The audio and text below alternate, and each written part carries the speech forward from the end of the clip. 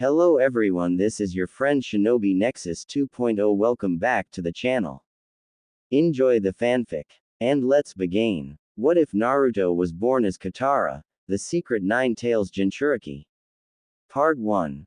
Uzumaki Kitara was a bright young girl in many ways. She was literally bright in color, with bright red hair with bright yellow streaks and bright blue eyes.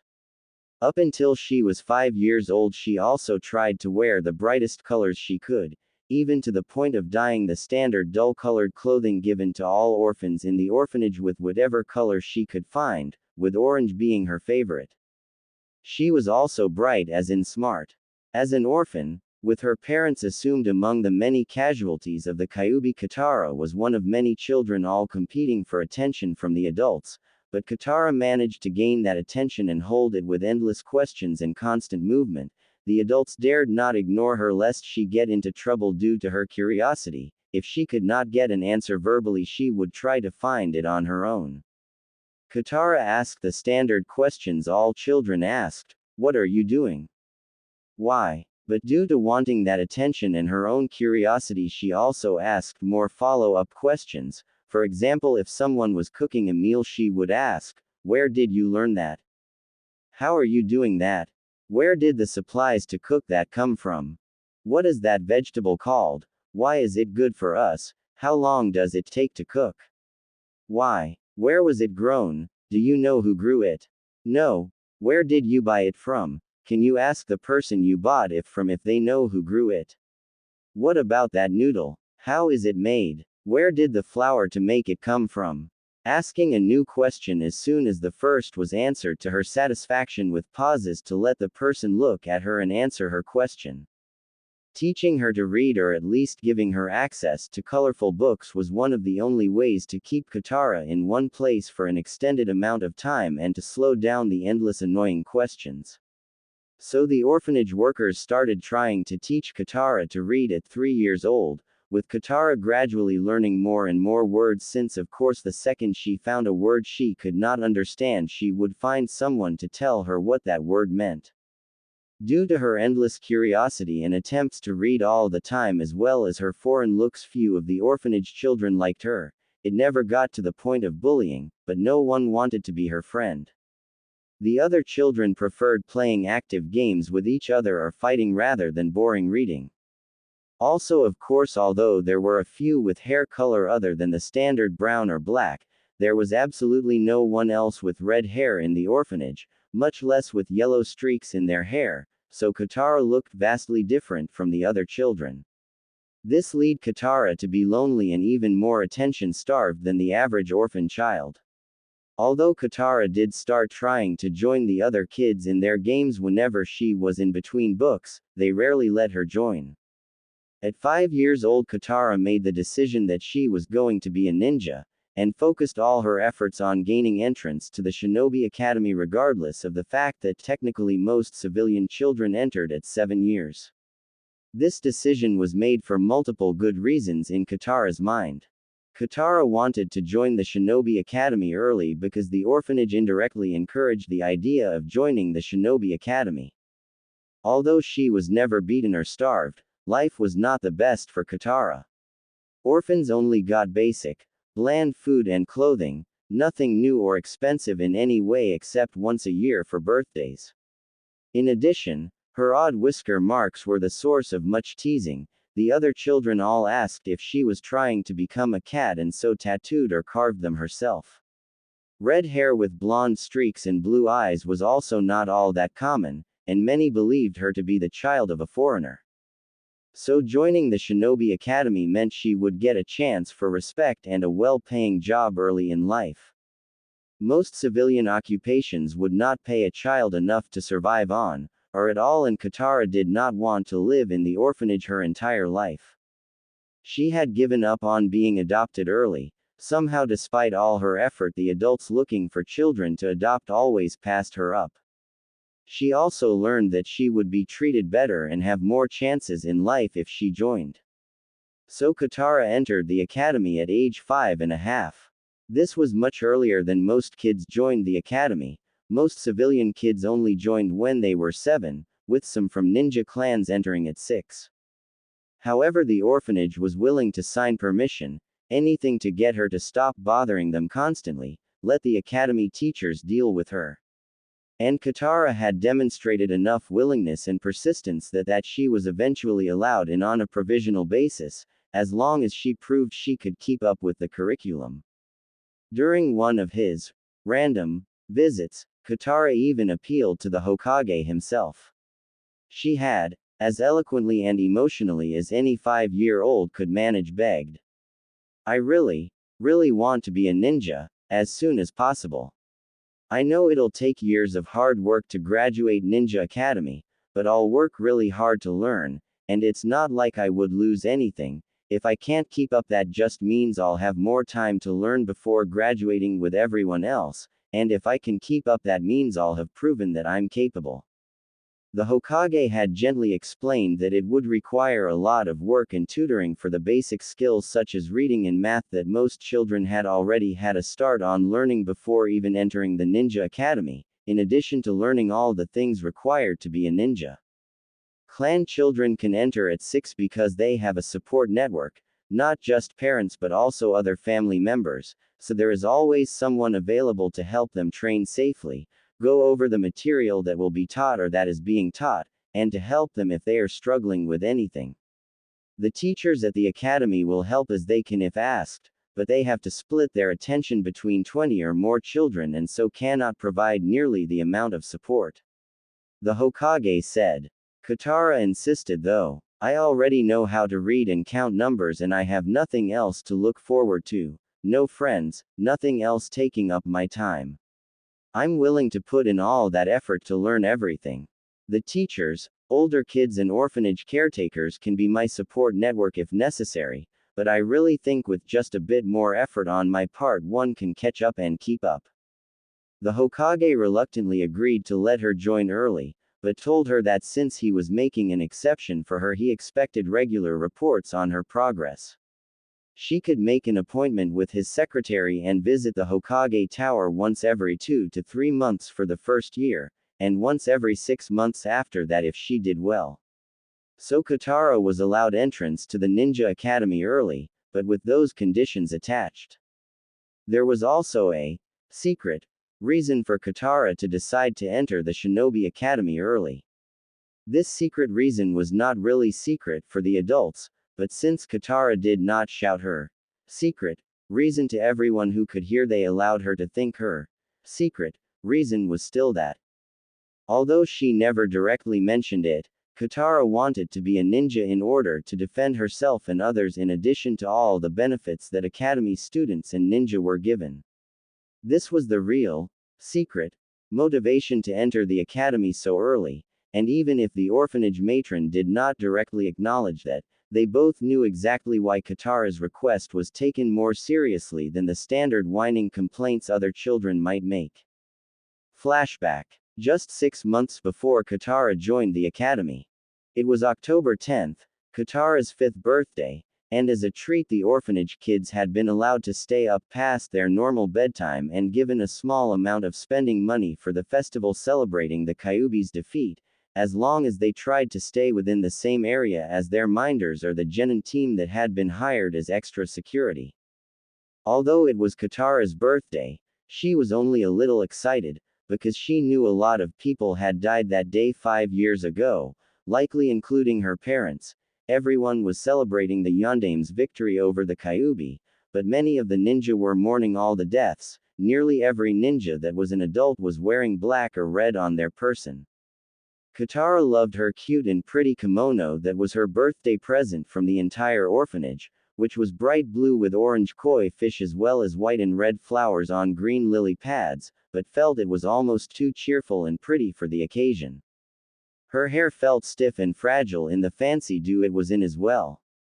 It was hard to move in and she had to be so careful. She dared not even eat anything sticky or even her beloved ramen for fear she would stain it. Still, the decorative paper lanterns were pretty and cast such awesome light over everything, so she decided to count them. Kitara got so busy counting, looking at the decorated lanterns, recounting when she lost count after going over 15 a few times, that she wandered away from the main area. As she was walking between two buildings to get a closer look at what looked like a decorated lantern on someone's front porch on the opposite side, a man lunged out of the shadows. A pretty little girl, aren't you? All dressed up fancy like, he slurred out. I bet a good girl. Give a good time for me, slut girl. He advanced, smacking his lips and reaching out his arms for her. Frightened, Kitara tried to back away, stammering out, I don't know what you mean. I'm sorry. I just wanted to look at the pretty lantern, but I should get back to the group since it's so late and I wandered too far. He ignored her words, continuing to advance, until she backed into a trash can she had passed earlier and froze up at the loud sound of the lid falling off and being trapped. As he gripped her arms and leaned down, she smelled the man's foul breath, saw his face coming closer, and heard him mumble, pretty girl, pretty hair, fancy slut girl, and gave a short scream before closing her eyes. She felt him forcing her arms up and holding them by the wrists, them letting go with one hand as he fumbled with the ties that kept the kimono closed. She quickly opened her eyes again when she heard a coldly angry voice much different from the smelly drunken mon's. Stop right now. Let her go and back away from the girl now. Such behavior is despicable even for a drunken lecher like you. Both the man and Kitara looked to the source of the cold voice, and saw a ninja dressed in black with red eyes with odd dots in them spinning. Pretty slut girl. 'Tis her fault for being so pretty. Was gonna give her a few ryo after if she was good, pretty girl. The man mumbled out, my pretty slut girl, leave us be, mine, don't wanna stop, the man said. Let her go now or I'll make you. She is not a prostitute, she's a kid, too young for that, and one of the orphanage kids that wandered away most likely, so let her go, and back away or I'll make you, and take you to the police chief to pay a fine and stay overnight in jail if I have to, the ninja said. The man scrunched up his face, thinking, then reluctantly let go, and backed away muttering to himself, damned greedy police ninja, the fine is not worth it, would take all my money for drinks most likely, I'll find another pretty girl later on tonight that the ninja don't care about. Once the man backed away, the ninja picked her up and jumped to the roof, then said, you are an orphanage kid, right? The Jonin sensei said one girl was missing. Kitara gasped when he jumped so high, then said, yes, I'm sorry, I wanted to see all the pretty lanterns, as he jumped back to the group. As he dropped her off near the orphanage group, she whispered out a thanks, but he was already leaping away, so she was not sure he heard her. After that, the orphanage matron began scolding her for disobeying and wandering away. End flashback. After that incident, Kitara was determined to be a ninja herself, to protect herself and maybe other kids in the future, to be like that police ninja who had seemingly rescued her within seconds of her making noise to ask for help. So she learned all she could, nagged the caretakers continuously, and even went up to the academy teachers to beg them until they all gave in and let her enter early, even if it was only 6 months before most clan kids entered. Kitara had a lot of energy and motivation to do her best, so she devoted herself to learning everything the academy had to offer, and asked for help with anything that gave her trouble. Despite wanting to be a ninja very badly, Kitara never lost her habit of asking questions all the time. She just learned to stay quiet until the teachers allowed questions or until the end of class. After the third time, a sensei got irritated at her for interrupting the lesson with her questions. After class, the questions the orphanage caretakers bemoaned continued, though all related to the class material covered in class and never directly asking them to repeat what was said in class, so few teachers could really complain. Although it was a lot of work to catch up with her fellow students who were all older than her. Kitara managed relatively quickly because she spent hours working outside of class, already knew the basics of reading even if she knew very few of the complicated new words used related to shinobi. With any free time she had devoted to learning, practicing, and training until even the energetic Kitara went to bed exhausted or with a headache from trying to read in the dim flicking light of candles due to not wanting to bother people trying to sleep with a bright light. Kitara spent long and boring hours reading and practicing in order to write even simple words perfectly, learning all the new words related to shinobi, even reading ahead in her textbook so she would be prepared for class and not get too lost, so that she would be equal to the 6 and 7-year-olds in her beginning class. She was not afraid to ask for help, but tried to do everything herself first before asking. Anytime a teacher gave homework, Kitara forced herself to not just to do the minimum, but more than the teacher asked. It was often boring and hard to do extra research or to write 2 or 3 drafts of the same assignment, not to mention cut into her allowance to use all that extra paper and ink, but the result was near perfect grades on the assignment, which made up for the average or low grades on classwork that took too much time for Kitara to learn right away as the teacher lectured. This made Kitara all the more eager to learn other more interesting things such as accessing her chakra or doing the simple exercises recommended to help build up flexibility, hand-eye coordination, and stamina. Practical stuff did not cost money, and Kitara was not behind anyone except the clan kids who were top of the class anyway unless they were lazy. Kitara learned any physical activities fast even with her younger age and went above and beyond those with the conditioning exercises. Though the lack of time to practice the katas for Academy Taijutsu with supervision to fix any mistakes for kunoichi meant she was average there without any extra help, since she did feel shy and uneasy about asking the male academy teachers to supervise her in private in those katas, even though she knew that the Hokage would never hire or allow a pervert or pedophile to teach at the academy. There was only a few female teachers and none of them actually taught the Taijutsu classes, even though really the kunoichi needed help to modify the standard academy form for their weaker upper bodies but greater general flexibility, but Kitara did not feel comfortable enough to actually complain about that. Quite a few of the teachers quickly grew to like Kitara because of her dedication and enthusiasm, although a few never warmed up to her or continued to dislike her for an unstated reason. Those who did like Kitara did not mind helping her, especially since if she succeeded, more civilian children and orphans were likely to join the academy in the future. Kitara was quite busy learning to read better and faster, learning the maths and history, doing the recommended exercising, and also trying to find odd jobs so she could afford shinobi equipment when the classes moved to practicing with shuriken and kunai, so she did not bother to socialize or try to get to know her classmates until her second year. That first year in the academy seemed to fly past in a blur of effort and learning, with absolutely no time for anything else. Everything seemed to take Kitara more effort than the others' kids, but she kept up because she put in that effort while most of the others were content to do the bare minimum necessary. Most of the good students who could help her were from clans so she had little in common with them, and the civilians who thought being a ninja was cool, but were not willing to work for it were not much help at all. So Kitara became a teacher's pet and was ignored by and ignored her class during that first year. Kitara even forgot the Hogake's request that she visit him with reports on her progress every 2-3 months, and he ended up sending a ninja to remind her and take her to the Hokage Tower for that meeting a week after 3 months had passed. That meeting started out awkward due to Kitara's embarrassment, plus it was early enough that there were no report cards or progress reports made by teachers yet, so Kitara only had a few graded quizzes and her word that she was catching up with her classmates. Still, Kitara tried her best to make sure the Hokage did not regret making that exception for her.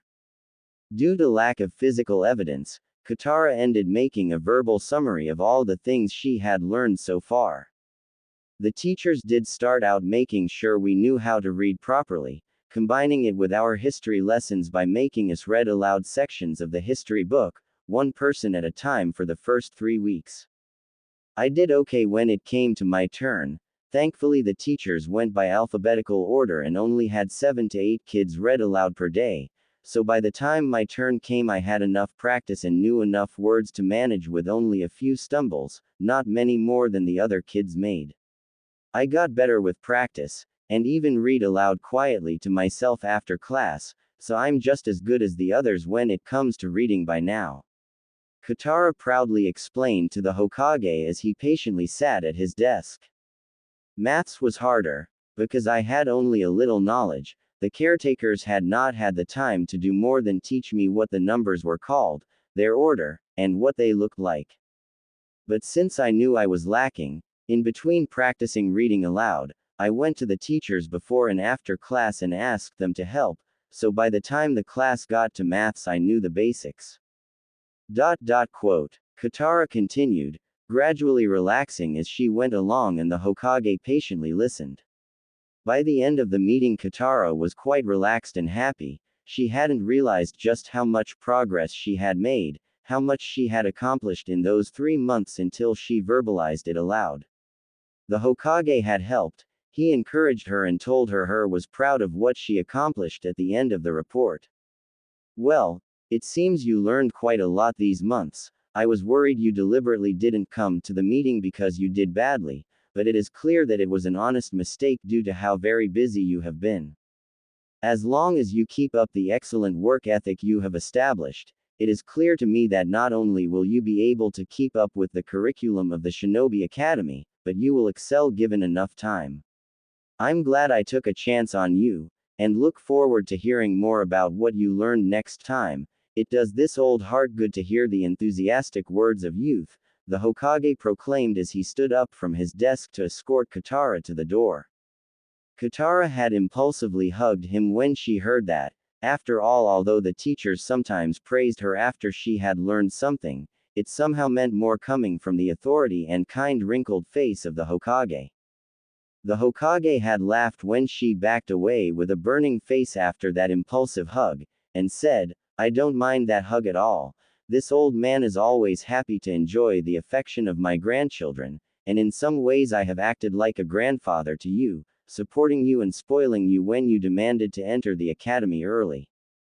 Kitara did not forget to schedule a meeting with the Hokage every 3 months after that, and grew to look forward to those increasingly informal meetings as she shared her progress with the man she had come to think of as a grandfather figure, even shyly calling him Hokage-ji-sama, respected grandfather Hokage, after the 3rd meeting. Due to how busy Kitara kept herself, she only knew the bare minimum about her classmates, enough to know when her name was next whenever the teachers called out to the class in alphabetical order, but no true details.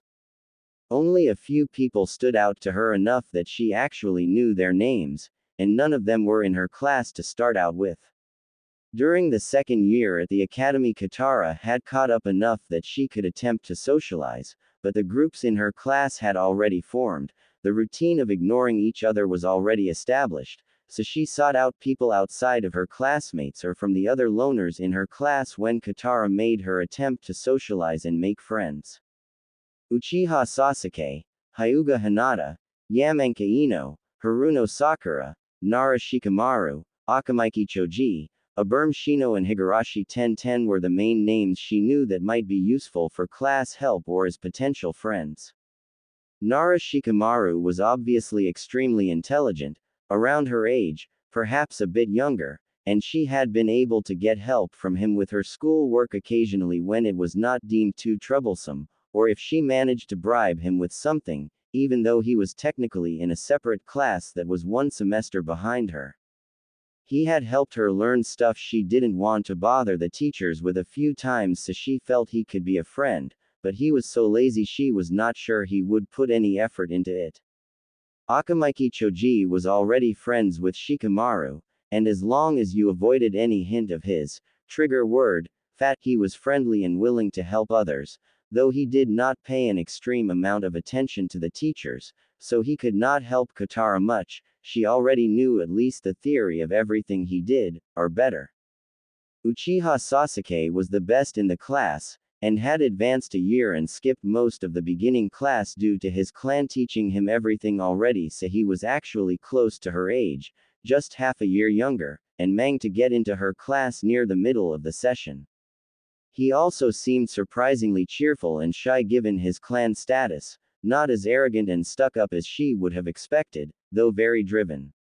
However, despite, or perhaps because of his popularity and the beginnings of a fangirl, group forming who admired his clan status, looks, and coolness. He had not joined any of the groups and was a loner. He was definitely friend material, but he was from a shinobi clan, so she decided to do a bit of research before attempting to approach him. Hyuga Hinata was also in the class behind her and extremely shy, but did very well in the kunoichi-only lessons such as tea ceremonies and deportment, which was a combined class not restricted to age, although Kitara heard Hinata was not good at anything else at first due to her extreme shyness and confidence issues. Since Kitara had trouble paying attention to the fiddly details and with kunoichi class in general for the duration of the class, she tried to keep one of the others who were better within whispering distance, and Hinata was one of the few who never got annoyed with her. Still, she was so very shy still. And also from a shinobi clan. Kitara decided to think about it a bit more. Yamanka Ino was loud, confident, and had already taken another girl under her wing. She was also the best at flower arrangement and their meanings in the secret flower language. Haruno Sakura was not from a clan family, but given Ino's near adoption of her and her own intelligence, she did well, but was not either capable or willing to help others. Ino focused most of her attention on Sakura, but given how loud she could be, Kitara could often overhear the advice and tips she was giving Sakura and learn what Ino was explaining anyway. Both of them seemed a bit too interested in each other to allow a third person in their group.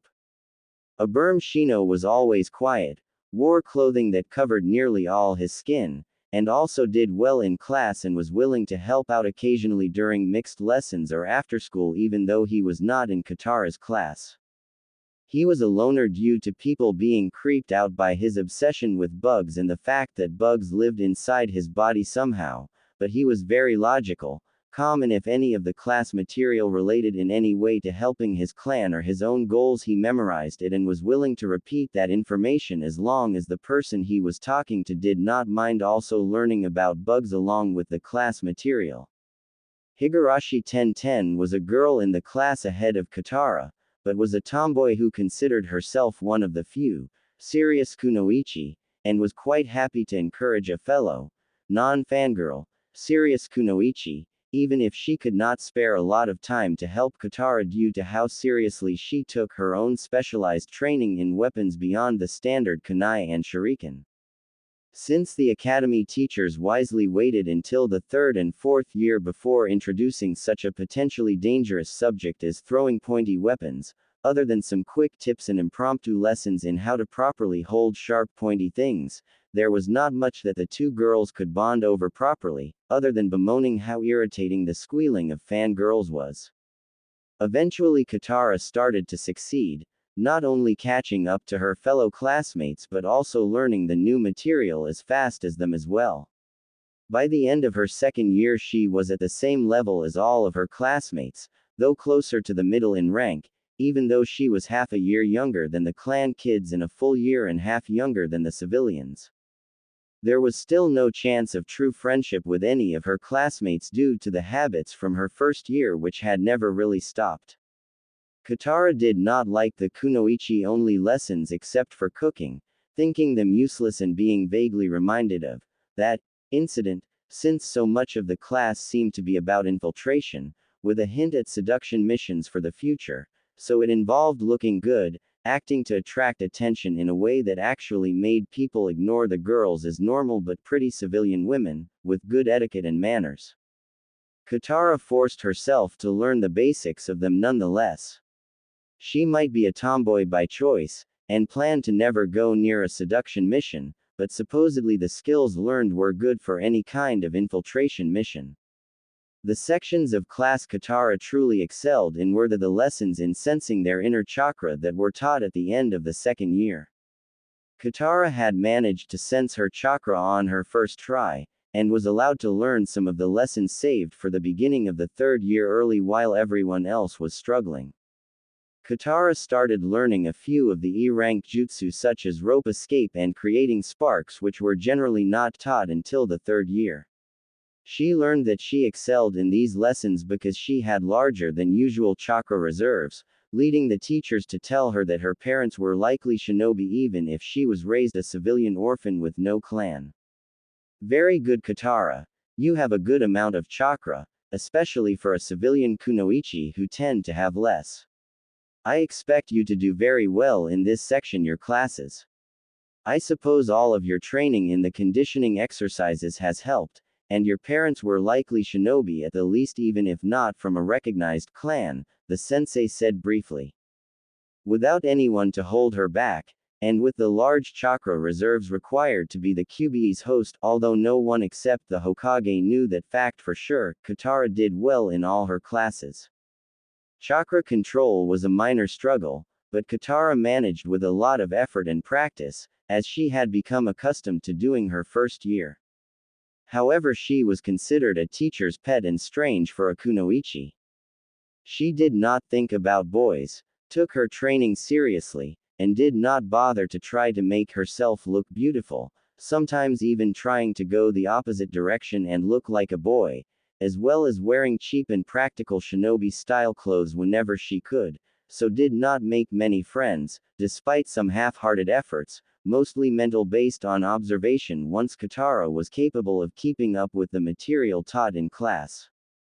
10-10. The only other kunoichi who seemed to train seriously and was good in everything, was the closest friend she made, and even then they only hung out to train together after class most of the time. Because 10-10 was in a different class at first, more advanced than Kitara's, they saw each other rarely. Kitara was also acquaintances with Rock Lee, who also used the academy training ground long after classes ended, but he was even more obsessed with training than Kitara, and yet only made slow progress because he could not access his chakra at all. Still, he would help correct her katas on rare occasions, still not someone she was comfortable befriending though. Too extreme. Emotional, super focused, depressing. She hoped he could achieve his dream of becoming a splendid shinobi, but knew she couldn't really help him with it even if she wanted to. Part of the reason Kitara was not interested in clothing or such things that were considered normal for girls was because she was an orphan and thus had no money for fancy clothes, and the other reason was that incident at the Kyubi festival. She had learned all about that drunken man's intentions from books and asking the older kids, and did not want any chance at a repeat. Since she had attracted his attention because she looked pretty and was dressed up, that incident could have been avoided if she was not dressed up. So she avoided fancy clothes and even looking like the girl she was as much as possible. She had been quickly rescued by the ninja police force before anything happened, but she had nightmares of what could have happened if that ninja had not intervened. Because she had also disobeyed instructions by wandering off when she shouldn't have, Kitara also tried to obey any instructions that were about safety. The lessons learned from that traumatic experience made Kitara stand out from the fanfrils, but also made her teachers happy, so Kitara had no plans to bow to peer pressure, even if she did get lonely and wish she could have more friends sometimes. By the beginning of the third year of the Ninja Academy, Kitara's red hair with blonde streaks was always kept short, never longer than chin length, and she often left it unstyled or even with uneven ends from self-made haircuts, except to make sure it was clean and without knots. She usually wore shinobi sandals, shorts or pants with extra pockets, and a tunic and vest combo she had modified to have multiple pockets. She also managed to get an old, slightly worn shinobi belt with all the pouches for kunai, shuriken, and other odds and ends as a surprise gift from 1010. Getting actual kunai and shuriken was still a far-off goal, but given that academy teachers only started teaching how to throw them near the middle of the year, Kitara had time. Kitara had been in the academy a few years, and settled into a routine of sorts, so she was deeply shaken when Itachi slaughtered the Uchiha clan, because Sasuke came back from the hospital quiet and angry at the world. It seemed very different from the cheerful and shy but driven boy he had been. She had been building up her courage to approach him to try to become a friend, but this threw her off a lot. The rumors surrounding the incident also attracted her interest. Paradoxically, Without any clan to support and take pride in him, Sasuke became more stuck up, more like the stereotype of a clan child, and more arrogant due to the near worship many people showed for him. The fangirls that had already paid some attention to him became more rabid and grew in number, likely making him adopt a persona to try to put them off, but that did not end up working as well as Sasuke had likely hoped. Also, since most of the ninja police force were Uchiha, and she remembered the red eyes, she was pretty sure that the ninja who had rescued her so long ago had been an Uchiha and died in the incident as well. Kitara had never gotten a chance to thank him other than a brief word as he dropped her off back with the orphanage group, so although her motivations were different from most, she started subtly paying more attention to Sasuke as well, observing him from afar. She would now never get a chance to really thank the ninja who had saved her and inspired her to become a serious shinobi, but maybe if he was watching from somewhere she could show her thanks through her actions. One day, after a few months, Kitara approached Sasuke. She had observed the drastic difference in Sasuke's personality and his broody bad-tempered glares in class. She had thought long and hard, and decided that helping Sasuke was important. She had already been thinking of trying to befriend him before the incident, so she should not let this force her to abandon her plans completely, just severely modify them to fit the very different circumstances and personality. Although she waited a few months to decide on the best method, she sympathized with him because now he was an orphan too, although he did not stay in an orphanage but in one of the houses within the Uchiha compound. Also, she felt that because it was a member of the Uchiha clan who rescued her, that she owed it to them to help out the only remaining Uchiha. However, she knew pity and sympathy would not help Sasuke, or be appreciated by him, since he got enough of that from everyone else. After eavesdropping on conversations, she had found out about Itachi slaughtering the clan and Sasuke's vow of revenge. So when she approached him just after class, she told Sasuke that, isolating yourself will not offer any true strength. I have heard rumors that you have vowed revenge. It will take a long time to reach Itachi's level without help, if it is possible at all, so I have decided to help you get strong enough for your revenge, Kitara said. I am not a fangirl, and have no interest in getting closer to you for that reason. I have no interest in romance, period, but I am an orphan who never knew her family, have no friends or social life, and am also highly motivated to get stronger, although my reason is perhaps less obvious or powerful than yours. Practice and experience in sparring without time limits and tight rules are the only things we get very little of at the academy, so I will spar with you and help you train outside the academy. I will get stronger by helping you as well, so don't think this is merely because of my sympathy for your situation. Sasuke was surprised at Kitara's knowledge, and angry at her bluntness. I don't need or want your help or sympathy. I will get stronger and stronger, until I can kill him. Sasuke snarled out. True, and the teachers are likely willing to help you as well, so you don't truly need my help, but a sparring partner or even a moving training dummy is better than what the academy offers and will help you improve and get stronger faster, Kitara replied. We would practice outside the academy, in secret to avoid unwanted attention, and if you really think I am hindering your efforts after trying this for 3 weeks, I will go away and never bother you again. But if you do improve faster, I will keep sparring with you outside of the academy, and perhaps when the time for you to confront him comes, I can even act as support or a distraction, or at least make sure no one else intervenes in your fight. Kitara continued as calmly as she could.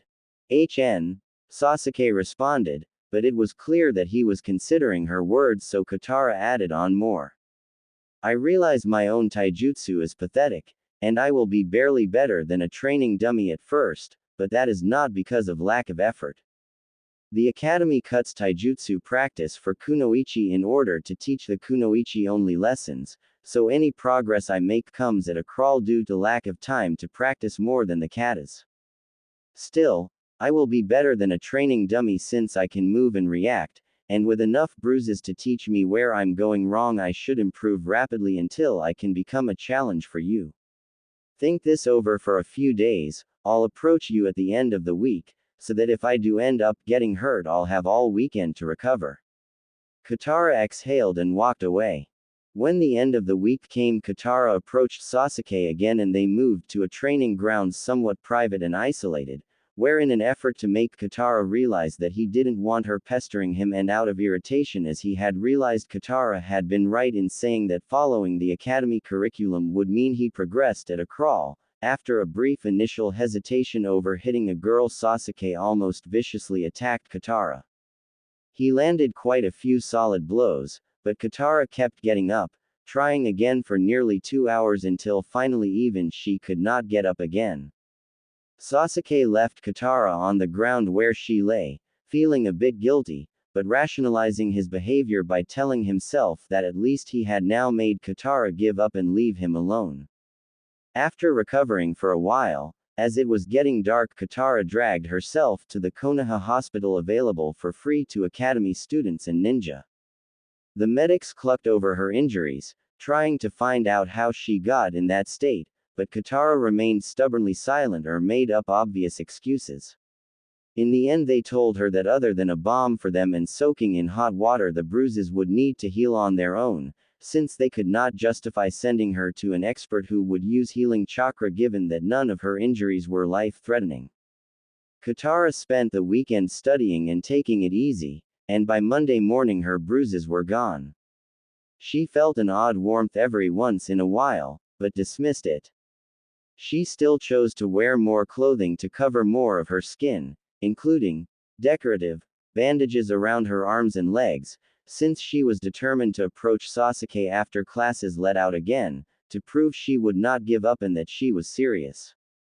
Sasuke was very surprised that Kitara was still willing to spar with him, and did not attack so viciously when the sparring started a second time. This meant that Kitara was able to improve a little bit, responding to Sasuke's attacks, dodging better, and even getting one weak blow in of her own. By the end of the week, although reluctantly, Sasuke agreed to make this into a new routine and voluntarily chose to continue. Sasuke told Kitara, somewhat condescendingly, even if it is only you, a girl, this is slightly better than training by myself and relying on the academy. You are one of the few kunoichi that take classes seriously, so you are one of the best among them. You have never shown fangirlish tendencies, and so I guess you won't be entirely annoying or useless. Despite these words, Sasuke did not really expect much. Kitara may not be like most of the other girls in his class, but she was still a girl. Kitara sparred daily with Sasuke outside of academy classes, even during the weekend sometimes if they had agreed to meet up before going their separate ways.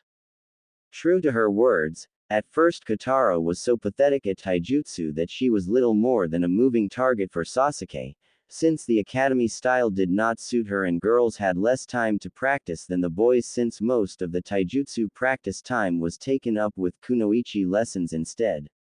When she kept getting up, and trying to learn and slowly improving, Sasuke was impressed in spite of himself. He gradually decided that if she was going to be bothering him anyway, the least she could do was start providing more of a challenge, and so he helped her learn taijutsu. He told her, this is only so I don't have to suffer watching your pathetic attempts.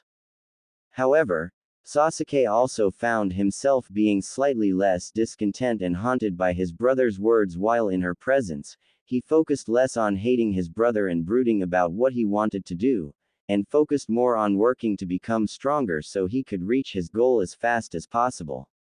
In addition to gradually improving at her taijutsu, Kitara also started learning field medicine rather than going to the hospital so many times and bothering them when one of the sparring sessions went too far. Of course, once she had decided on that course, she started bothering the medical ninja for lessons about field medicine and any simple medical techniques to help heal herself or Sasuke when she managed to actually hit him, so it could be argued that the medical ninja were just as bothered as before. Whenever Kitara was not training, she was working odd jobs and trying to make money, saving up to get an apartment to herself so she did not have to follow the orphanage's rules and keep getting in trouble for disobeying the curfew they had set up. Kitara never meant to disobey curfew, since she knew the curfew was a rule meant to keep her and others safe, but sometimes the training sessions she put herself through took long enough that even when she hurried she could not make it in time. Most of the time it wasn't even dark yet when she realized she would miss the curfew and started toward the orphanage, but curfew was also meant to gather all the orphanage kids in one place long enough to share the dinner meal, so when she did miss curfew not only were the caretakers angry, but she also only got leftovers for dinner. Although it was never stated, a few people gave her the equivalent of AD rank mission since it was easier than filing paperwork and waiting for a team of genin to respond. To save money and since she liked it, other than the food provided by the orphanage, Kitara would buy food rations and crumble them into cheap instant ramen, since the food provided by the orphanage was never enough given how many calories she burned due to her constant training, and how many times she missed the main meals and had to eat the leftovers.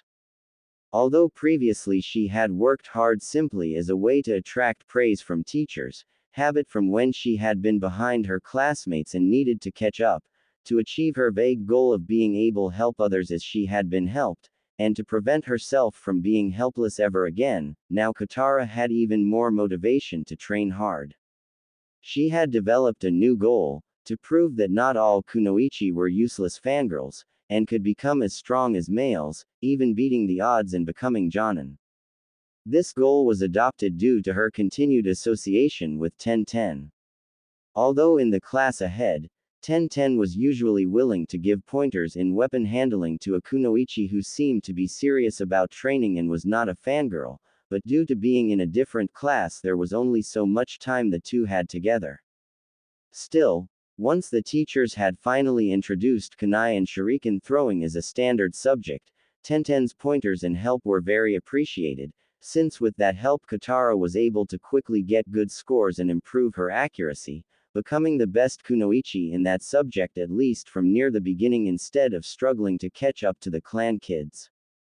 Due to constantly being near him in some way, and the amount of time they spent practicing similar things and helping each other, Kitara gradually came to think of Sasuke as a friend, and precious person, so she also wanted to help Sasuke become stronger and make him less unhappy, but was careful to make sure these feelings never developed into a crush, reminding herself that neither of them had even started puberty, so dates were useless anyway. Because Sasuke was focused on taijutsu and his family fire ninjutsu, she was learning mainly taijutsu, and skills that helped her avoid the fire ninjutsu he was so fond of using. Although Sasuke had stuck strictly to taijutsu in the beginning, once Kitara had improved they both agreed to use any jutsu they knew to make the sparring more realistic. Trying to learn Sasuke's favorite fire jutsu was pointless, even if he had been willing to teach it to her. It would take too long and was mainly a clan jutsu even if other adult ninja knew it as well. Learning ninjutsu to counter Sasuke's fireball was also slow, since the library section available to academy students only described the basic theories, and omitted all hand signs and practical knowledge of how to perform any ninjutsu other than E-ranked or the Academy 3. To avoid Sasuke's attacks she had to get faster and learn to observe Sasuke closely to find out when and where he was attacking. Frequent use of the kawarmi once she had learned it also helped, but if she was not prepared to use it then it was useless. Kitara also decided to continue her information gathering by listening to conversations of anyone who might have useful information, since it had worked so well in learning the best way to approach Sasuke, although she mainly focused on the teachers at the academy and classes that were more advanced than her own. Although still cold to fangirls, classmates, and even teachers to an extent, Sasuke gradually warmed up and became friends with his sparring partner. Because of the constant practice he put in, and constant help from teachers sucking up to him, Sasuke was not only top of the class, but was creating a huge gap between himself and the others. Kunoichi were usually graded on a separate system than the boys, and with her dislike of most kunoichi-only lessons, exhaustion from the constant physical training and bruises from the sparring sessions with Sasuke, Kitara stayed near the middle of the kunoichi classes, but was near the top portion in everything else. Her work ethic and motivation allowed Kitara to excel, just as the Hokage had predicted all those years ago during that first progress meeting. The Academy 3 were mentioned at the end of the third year for Academy students, but not actually taught until the fourth year. As with chakra sensing lessons, Kitara learned the Kawarmi substitution jutsu quickly. Once she had the basic Kawarmi down, Kitara had quickly incorporated it into her spars with Sasuke, and thus became even better at it than most Academy students even in their final year. She learned to switch with many materials, not just the various wooden objects that were used for Kawarmi at the Academy. Due to issues with her chakra, the henge took slightly longer to learn, but by the middle of her fourth year Kitara had learned it well enough. The Bushin though gave Kitara a tremendous amount of trouble, so Kitara had not managed it by the end of the fourth year even though she had asked for extra chakra control exercises in an effort to help her learn it. Even with all the extra training, Kitara had not stopped doing odd jobs for extra money and saving up, because a background hope for her had been moving out of the orphanage for some time. Buying her own shuriken and kunai had set her back and taken a big chunk out of those savings, but eventually she was able to build them back up and make enough that she could realistically live on her own. After all, she would still get an orphan stipend, it just wasn't really meant to live off without anything else. Eventually, near the beginning of the fifth year at the Academy, Kitara managed to save up enough to move out of the orphanage, and found an apartment she could rent that was relatively cheap. Although most of the caretakers were dubious at a 9.5-year-old girl living alone, she proved she could manage and persisted until the orphanage gave in. Getting the Hokage's unofficial approval, since that desire had come up in conversation during progress reports, likely helped a lot as well. It did not even take 6 months of persistence like it had taken Kitara to gain early entrance to the academy. The apartment complex Kitara moved to was near the edge of a bad part of Konoha, the slums and red light district, but was not actually in that sector. And given that Kitara had been training at the academy for 4 years and was the best kunoichi in her class at taijutsu and weapon throwing, she was confident that she would be safe enough. Once she moved out of the orphanage, the portion of her orphan stipend she received was increased, since the orphanage was not taking out the money for her room and board, but Kitara did struggle sometimes to make ends meet, and became adept at finding the cheapest available food that was still healthy enough for her to continue her difficult training regimen without losing too much weight. Kitara moved to her new apartment because she disliked the orphanage rules and spent so little time there anyway that it seemed pointless to stay. Kitara was 7.5 years old when she decided to move out, in her third year at the Shinobi Academy, but did not manage to actually find a new place and make arrangements until she was 9.5 years old. Once she had moved, she developed the habit of trying to meet Sasuke on the way to the academy so they could talk and plan out their training session after class. On their way, they had noticed a training ground that was usually free in the morning, but taken over after classes by a few of the older academy students. Thus they also tried to wake up early and meet up at that training ground for a quick warm-up before classes started. Sasuke had been thinking of moving out of the Uchiha compound for some time, since even he admitted it was creepy and lonely there without anyone else living there. Sasuke had decided to move because the memories of his family haunted him too much in the Uchiha compound, even living on the edge of it, and he had trouble sleeping there. Sasuke decided to move to the same apartment complex as Kitara a few months after Kitara had moved in. It had been mutually decided between the two to live near each other for convenience. They both moved into the same apartment complex, so that they were not alone and could easily find each other for their sparring practice even before the academy classes started. As time went on, they became even closer. Both admitted to being friends to each other, even if they tried to keep it a secret from everyone else.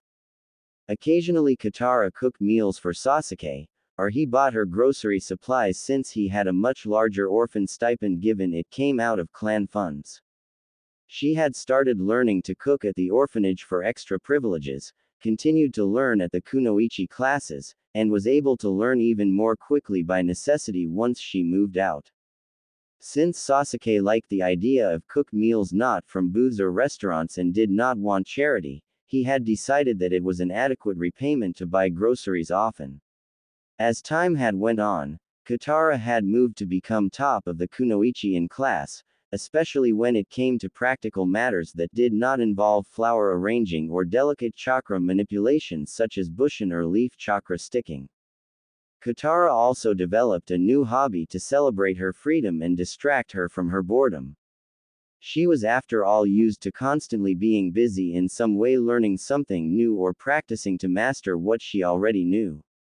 Near the end of her 4th year she had realized that increasing sparring practice or practicing fiddly chakra control exercises just wasn't as satisfying anymore. Plus she had read enough about Konoha's variety of eccentric jonin to realize that she would need some sort of hobby if she wanted to avoid becoming an eccentric chunin or genin. Her life had been about learning and training for a long time, but if she did not already have a habitual hobby by the time the stress of missions was added she would risk creating a new way to relieve stress by obsessing over something, and thus becoming eccentric way before her time. After a bit of thought Kitara decided on what her hobby would be: pranks. The pranks were subtle and very simple at first, and Kitara thought and planned them out a long time before she even gathered the supplies to start the prank, so she was almost never caught, and the few times someone suspected her there was never any evidence that she was the one played the prank. Kitara was also careful not to truly harm anyone or cause permanent damage to anything. The academy taught basic survival and trap making, and it was easy to adjust the materials from the traps from deadly to merely humiliating or funny. Kitara's first target was one of the academy teachers who had never warmed up to her, who became annoyed or short when anyone asked a question, but was even worse the few times Kitara had asked a question. She didn't want to disrupt the class and make him even more annoyed, but when he got into lecture mode he didn't even look up at the students when talking, and Kitara sat near the back of his class to escape as soon as class was dismissed, so it was easy to carefully set up a basic prank that would go off on him alone after class was dismissed. She had carefully studied his habits, the timetable of his classes, and carefully timed how long it would take her prank to thaw before setting up the prank. She knew he had one short class after this, but she also knew he stayed in his class to start on marking the classwork about an hour long after classes were ended, before taking his marking work to the teacher's lounge. It had taken a lot of research and experimenting to find out how long exactly deep frozen paint water took to thaw. Bribing the orphanage matron to allow her to use the orphanage freezer to keep her treats, and a lot of research. She might not even see his reaction or the reaction of his fellow teachers, but it was one small way of trying to tell him he needed more color in his life, his words, and his clothes rather than being boring and plain in every way possible. After all, he was an adult, and as a teacher he did not go on active missions, he did not need to blend in or save money. She had to bribe or distract a few of her classmates who might have seen her setting up the prank trap and tattled, but that was easy. She put frozen paint water cubes over the doorway stuck on with a very weak glue on one side. They were small and had an outer layer that was the same color as the doorway mantle or wall but were bright on the inside. It had taken a bit of effort to find a way to get to the doorway mantle and to stack the colorful on the inside ice paint cubes properly with the sticky side, but she felt it was worth it. Kitara never saw the reaction in person, but knew the prank had worked when the sensei acted even more annoyed and glared suspiciously at every class when she saw him next, and she saw a few teachers chuckle while passing him in the corridors. This success gave her the confidence to keep up her pranking, and gave her a private pleasure at trying to help her sensei and getting back at him in the same time, so she resolved to repeat that prank every few weeks in the hopes he would learn something. He never brightened up his attitude or clothing, but he did take to carrying an umbrella around and opening it before entering or exiting any doorway, so technically he learned how to be prepared for anything. Since that was successful, she expanded her targets, and the variety of pranks to all the potentially deserving sensei, academy students and so forth, learning a great deal about traps, timing, patience, acting, stealth, bribing, distraction, as well as a bit of amateur chemistry, practical experience with the laws of reaction, gravity and so forth. Really, Kitara sometimes thought she learned more in preparing for pranks about how to be a shinobi than she could ever learn from the academy sensei. She also resolved to try to make every prank something that if ever caught she could give an excuse of teaching and helping people, though she was so careful she was never caught red-handed and only faced generalized punishment that an occasional irritated sensei gave the entire class when they narrowed the prank to something only someone in that class could have done. This made her be even more careful to try to avoid making it possible for even a single class to be blamed. When an announcement was made that all students in the academy would be punished unless the prankster gave themselves up, she realized that she had limited her targets too much and repeated the pranks too often and decided to ease up on pranks in the academy, find worthy targets elsewhere to make up the difference, and change up the types of pranks. This continued in the background for the rest of Kitara's academy career, and planning, preparing, and learning new things to set up pranks became an unofficial new class hobby for Kitara. The Hokage learned of this, but for some strange reason decided not to punish Kitara as long as she never left any evidence of her involvement behind, even occasionally giving her ideas, knowledge that might help in pranks or hypothetical targets that were worthy of a teaching prank. He briefly said, "They are funny, as long as you don't hurt anyone or permanently damage property. People and our ninjas do learn from them, so I promise to keep your pranking exploits private and won't punish you as long as there is no direct evidence linking you to the prank." The Hokage had even told her of a chakra control exercise that allowed one to climb walls, ceilings, trees, and so forth without the use of hands, but gave her only basic advice and told her to practice near the academy training grounds just in case something went wrong. Tree climbing is not limited solely to trees. What you need to do is send sticky chakra to your feet. The amount varies between people due to weight, body shape, muscles, and so forth. You might also enhance some of your muscles with chakra to stay upright, oriented to the surface you are climbing. The material you climb changes the amount in slight ways as well, so if you practice on many surfaces on many angles, you can keep improving even after you learn the basics. This became very helpful in letting Kitara set up elaborate pranks without having to carry climbing gear as well as prank supplies. Although hard to do, Kitara even managed to get some lessons about sealing so she could modify storage and explosive seals to work better for her specific needs in pranking, though that had taken a huge amount of convincing, study, hard work and bribing, convincing and carefully supervised experimenting to get. Academy lessons and Kitara and Sasuke's training sessions continued throughout this pranking spree, and it kept the ever-energetic, easily bored Kitara busy and happy.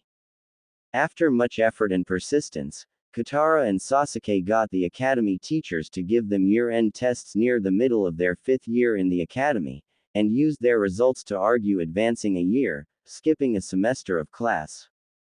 After all, even if Kitara had not mastered the Bushin, that was not seriously tested until the final year of the academy, and Kitara was confident she could learn it in time for graduation. She knew everything else, so there was no reason to spend 2 years in the academy when she could spend only 1 year instead. 5th year was mainly for those who did not have the chakra reserves to perform the academy 3 or who had struggles with the class material. It was mainly a review year anyway. This never would have happened without the close relationship Kitara had developed with the Hokage during her progress reports, which didn't stop even though she had long since proved that entering the academy early had not hurt her in any way, shape, or form. Due to their persistence, both Sasuke and Kitara advanced to the graduating class despite the stricter rules regarding age and were taught along with Rock Lee, Tenten, Neji Hyuga and a group of other academy students, in the final class before graduation. Since the restrictions were relatively new, peacetime rules in the aftermath of a prodigy, who graduated early seeming to snap under pressure with terrible results, Kitara appealed to the Hokage during her biannual progress report, and vouched for Sasuke's emotional stability, even arguing that the boredom of repeatedly demonstrating information and skills he already knew might worsen Sasuke's emotional stability, giving him more time to brood over his tragic loss and vow of revenge. She reminded Hokage Ji-san that he knew that she knew everything except the Bushin, and spending an entire year of repeatedly demonstrating her knowledge would also increase her own boredom, and thus increase her pranks. Although he never punished her, he did complain about the increase in paperwork dealing with her village-wide pranks caused, especially since her pranks had become more elaborate and reached vaster target audiences over time. She also had a secret leverage over him that she hinted at. Really? You say you dislike the paperwork my pranks cause but promised not punish me as long as it doesn't actually hurt anyone and there is no direct evidence I created the prank, so spending an entire year reviewing and practicing something I'm very close to learning how to do anyway will only cause much more paperwork and leave you less time for your secret vice of reading your adult book. Letting us skip as year will help both you and the population of the academy and village. The sooner we graduate the less time I'll have for pranks, although I don't promise to never play pranks as a shinobi, I won't play physical pranks unless it's very deserved since I'll be very busy as a shinobi. We both know that Sasuke is a close friend and would be very angry and upset if I could take the tests and skip a year and he could not since he knows just as much as I do. His mental state due to the trauma. The Hokage started. He goes to that therapist and technically passes the tests. The definition of sane is a lot looser for shinobi than civilians as long as they are not a danger to themselves, their comrades, and can accomplish missions and obey orders, Kitara interjected. Do you really think another year at the academy will really help his mental state? He is stable and improving, only closure, bonds from a new family, and time will actually help him. The academy will not help and may make it worse due to his superiority and or inferiority complex, making him compare his progress to his brother, our classmates, and become arrogant, impatient and even more angry and unstable. Although he shouldn't be stressed in his state, I don't truly believe the stress of class or even D-rank missions would make him less stable. Neither of us have really bonded with our classmates other than superficially, in my case as acquaintances, people I know about. Kitara finished. If you can also convince your sensei, I'll sign an exception form, the Hokage sighed in resigned amusement. Kitara's 6th year, with her at age 10.5 to start it, reaching 11.5 before graduation.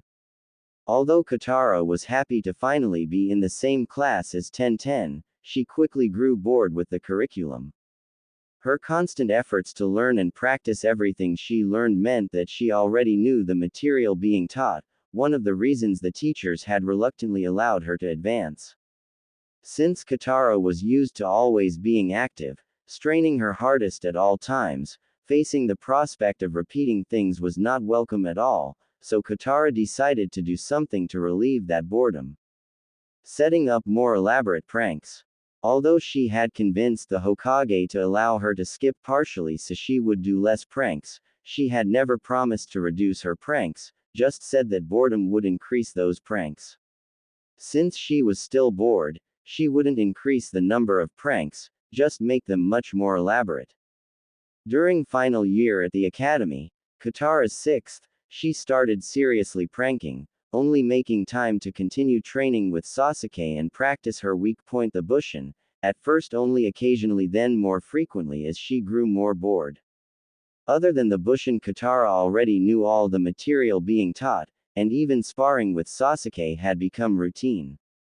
During the second month of the final year, Kitara had even developed a workaround for her trouble with Bushin, by near constantly practicing chakra control, using up chakra before class started, and by making the maximum number of Bushin allowed instead of the 3 that academy teachers asked, Kitara could finally create Bushin regularly. As with all things, Kitara planned and thought in depth before attempting a prank, doing everything she could to make sure no one would have proof she had done the prank, and sometimes even managed to pass the blame and leave false trails pointing to someone else being behind the prank, mainly a clan boy in the class behind her who was known for childish pranks on occasion called Inazuka Kiba. As time had passed, it had become increasingly clear to the teachers and the Hokage at least that Kitara and Sasuke were close friends, even if they tried to keep it somewhat secret from their classmates and Sasuke's fangirls especially. Kitara tried to keep the secret to avoid trouble with the fangirls, and Sasuke so his reputation was not ruined and to avoid listening to his fangirls shriek and berate Kitara. Still, 2 academy students could not keep such a big secret from their teachers, even if they fooled most of their classmates. All the teachers knew that Sasuke isolated himself from most of his classmates and only truly talked to Kitara, even if he tried to hide that. Even if the grades had not worked out, it was recommended that they be placed on the same genin team. Since the Hokage already knew they were friends and could work well together, he had no objections and even chose their Jonin sensei with them in mind. Finally, the final week arrived. Kitara had celebrated by finally outing herself as a prankster, very carefully painting the Hokage monument, adding color to the rock faces to make them match both photo records and the hidden, or extra qualities that were overlooked. She had needed to skip the first portion of class to finish it, but since it would be yet more review, it was no loss. The Sandyame gained a blush and nosebleed, his hair painted gray and age spots across his skin to represent the fact that he was a perverted old man now and not the fierce warrior of his youth. When she was trying to advance a year along with Sasuke, she had visited ahead of her usual schedule and caught the Hokage reading a bright orange book, blushing and giggling. Really, that session had been useful and informative in many ways. That book let Kitara know that the Hokage was perverted, in a relatively harmless sort of way. She had thus gained a bit of extra leverage while she had argued for their advancement, although it was her main argument of avoiding extreme boredom that had truly swayed the Hokage's decision. The Shadaime sprouted green broccoli trees from his head, nose and mouth to represent his Mokuton as well as colored eyes and skin that matched the official pictures. The Nindaime gained tears, snot, and drool to represent his extreme water affinity, as well as being painted in the colors of his most known picture. Kitara could not think of much to add to the Yondaime Hokage's head, and had too much respect for him to create an embarrassing image, so settled for coloring in his features, painting swirls on his cheeks to represent his Funinjutsu mastery and adding a yellow nimbus shape around his head to represent the yellow flash he was so well known for.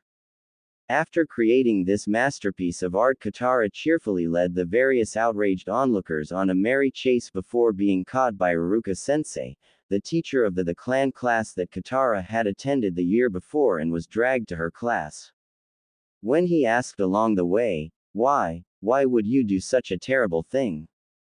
Kitara responded mock earnestly, I was putting all my lessons to practice and educating the ignorant, letting all those who don't have endless history lessons about the Hokage or who don't pay attention see a summarized version. Although visibly the Chunin teacher who had caught her tried to maintain a stern angry expression, saying firmly, once class is over you will wash the paint away, I'll watch over you myself, Kitara noticed his mouth twitch in a brief unwilling smile. As a result of the previous recommendation, and in the hope that being paired with Sasuke would guarantee the teachers would not see Kitara in their classes the next year, since even without any proof many had suspicions regarding who actually did those pranks, when the genin exams came up and they passed the initial exam, Sasuke, Kitara, and a boy named Akado Tomohiro were teamed up. Despite her frequently distracted behavior in kunoichi classes, new reputation as a prankster, and her trouble with the normal Bushin, Kitara was second to the top kunoichi in class, 10-10. Due to having to catch up slightly, Sasuke was not the top rookie of the year and lost out to Hyuga Neji. The Hyuga prodigy. Rock Lee was the dead last, but a Jonin sensei had already accepted responsibility for him and offered to apprentice him, so he passed despite not having a passing grade in any ninjutsu. Tomohiro was only slightly better, and would have been dead last if Rock Lee was not in the class. So the academy instructors went with tradition for Team 9, and close to that tradition for Team 7, Kitara, Sasuke and Tomohiro, in order to make two balanced teams. As the three waited for their sensei, Kitara looked at Tomohiro more closely to learn more about him and remind herself of what she already knew. Tomohiro hairs was very short, and an average dark brown. Tomohiro had hazel eyes and a slightly tanned skin tone. Although he knew the basics, he did badly on written tests, and could barely perform the Kawarmi substitution jutsu more than once a day, although he was very good at Henjin Bushin. Tomohiro wore mostly standard ninja gear. This included muted colors, shorts and short sleeves with a thin jacket full of pockets, and sandals. The main difference was that he had a sword strapped to his back. He also carried less than the standard amount of kunai and shuriken, but carried soldier pills and sometimes chakra pills. Although he was not from a large or well-known clan, he apparently had a rich sponsor or parents. Kitara had previously considered him creepy due to his habit of staring right through people and dreamily giggling or sighing, or staring at girls for long lengths of time. This led to the impression that he was a pervert, which Kitara greatly disliked. Despite this, Kitara believed that this would be a stronger than average team, if they could work together. For although technically Kitara would be only above average, at least when compared to Sasuke, who would have been Rookie of the Year if he was not in the same class as Hyuga Neji, she had quite a few extracurricular skills not tested in the academy. Although Tomohiro was relatively bad in class, Kitara felt that he might be better than he appeared, or at least with help he would improve quickly. Of course, Kitara was only considered average compared to Sasuke because she had often already been exhausted or planning on how to learn something new, or a prank whenever she took tests. In reality, although focused on different things, they were close to equals. Kitara was not as strong in any one technique or knowledge as Sasuke, but instead generalized in a wide variety of techniques, many of them learned outside the academy and thus not included on tests. Kitara had learned bits and pieces of medical jutsu and field medicine, but did not become a medical ninja, because while as a female and with her dedication to practicing her chakra control she was good, with the Kyuubi's chakra leaking into her at odd intervals, Kitara had trouble maintaining that good control and was nowhere near perfect. Of course, no one knew the Kyuubi was the reason Kitara had such large chakra reserves or problems with control, so the teachers of medical ninjutsu considered this a disadvantage and refused to let her move beyond the basics until her chakra control was better. Kitara had very good taijutsu from sparring with Sasuke and learning from him, and had gradually learned bits and pieces of many useful things for shinobi, including complex traps from her pranks, wires, how to recognize and dispel genjutsu, a single low-level fire jutsu learned from Sasuke, and even a low-level wind jutsu from a scroll she had fortunately found scavenged from the trash near the library due to being partially stained, but still readable, as well as all the basics such as the camping E-ranks, survival skills Kawarmi, Bushin, although she could not make less than 9 at a time and still have them come out okay, and the henge that all genin had to know. As an academy student she was really advanced, but because she did not specialize or show off, and was often exhausted from the constant sparring with Sasuke and other trainings, some of the teachers thought she was merely above average, and certainly not top kunoichi material. Tomohiro was primarily a genjutsu and kenjutsu sword user, but had a strange ability to steal chakra as well. He had low chakra stamina and focused more on precise genjutsu to distract, then using his basic sword work, and stealing chakra to help perform more genjutsu than on ninjutsu or taijutsu.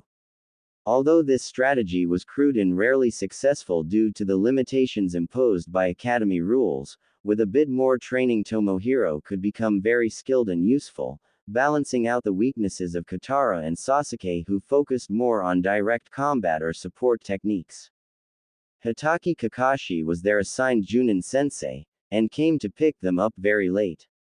Although Kitara had privately sworn to stop physically pranking now that she was finally out of the academy, even telling the Hokage that decision, planning to instead create verbal pranks or even genjutsu pranks if she could learn enough genjutsu for it to keep up her hobby, but the long wait made it impossible to resist one last childish prank for her extremely tardy sensei.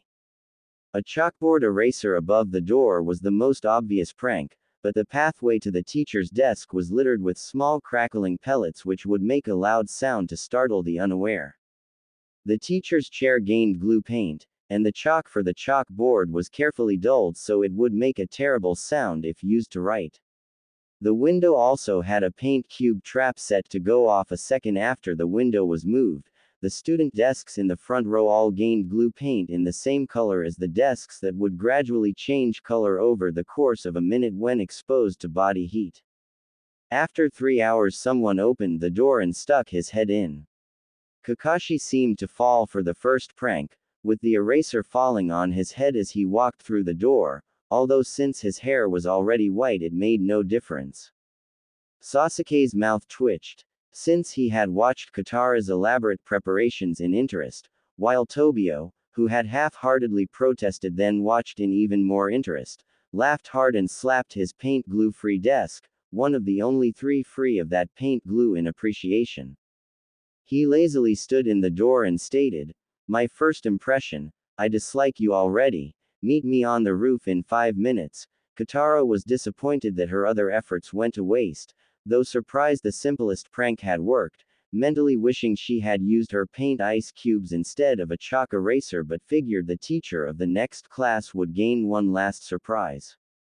After he asked them to introduce themselves, Kitara responded, "I like ramen, I dislike perverts, my hobbies are training, pranking, and trying to learn new things, and my dream is to become at least a jonin, to prove that kunoichi can be as strong as males, to support my friends and teammates, and maybe even become the first female Hokage in the future."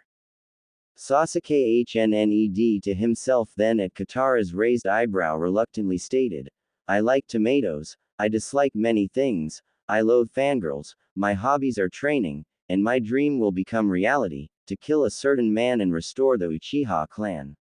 Kitara already knew this and far more besides, and only mentally winced at the intensity with which Sasuke had stated his goal of killing someone. She had hoped that by now he would at least be calmer when stating that goal. Kitara was most interested in Tomohiro's response, but she did not learn much she did not already know.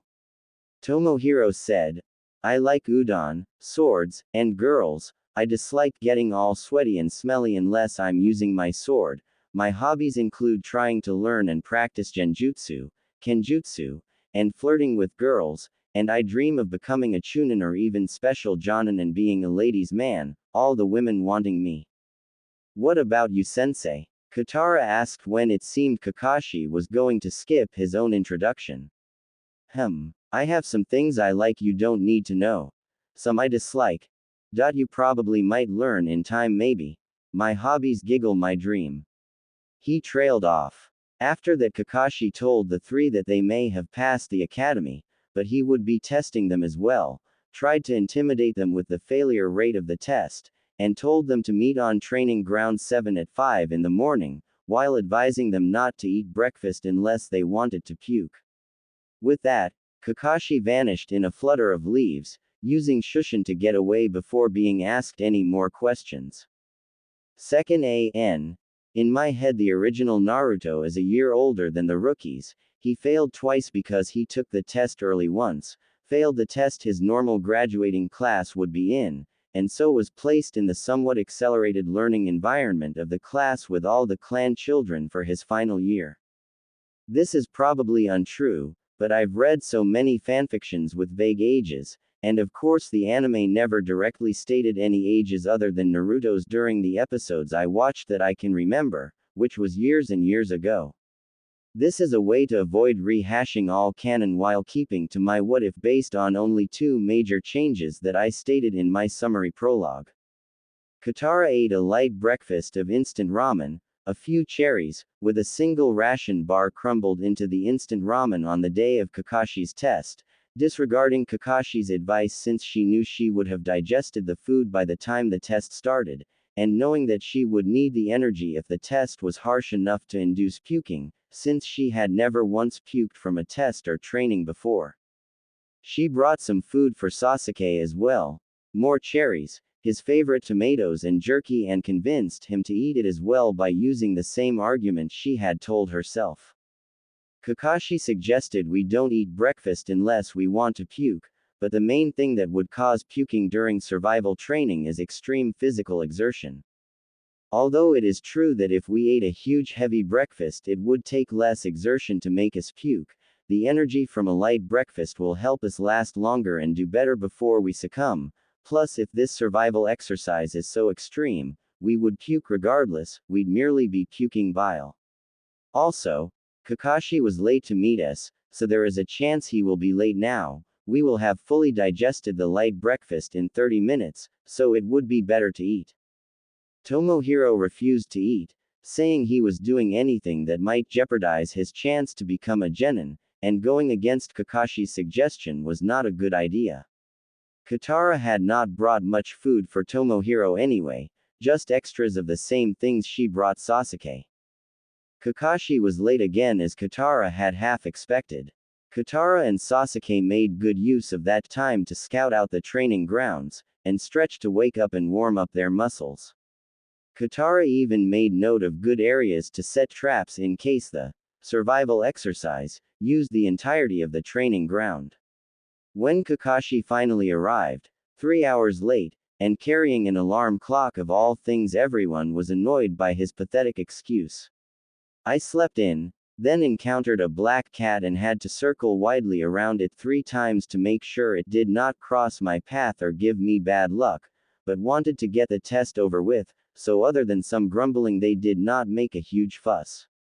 Tomohiro mumbled mostly to himself. He has an alarm clock, why didn't he set it to avoid sleeping in, but other than that he pretended to be fine.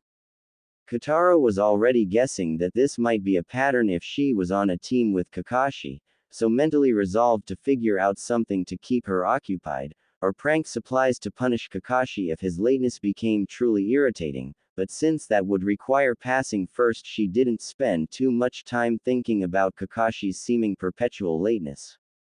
Kakashi was also carrying 2 bentos for lunch.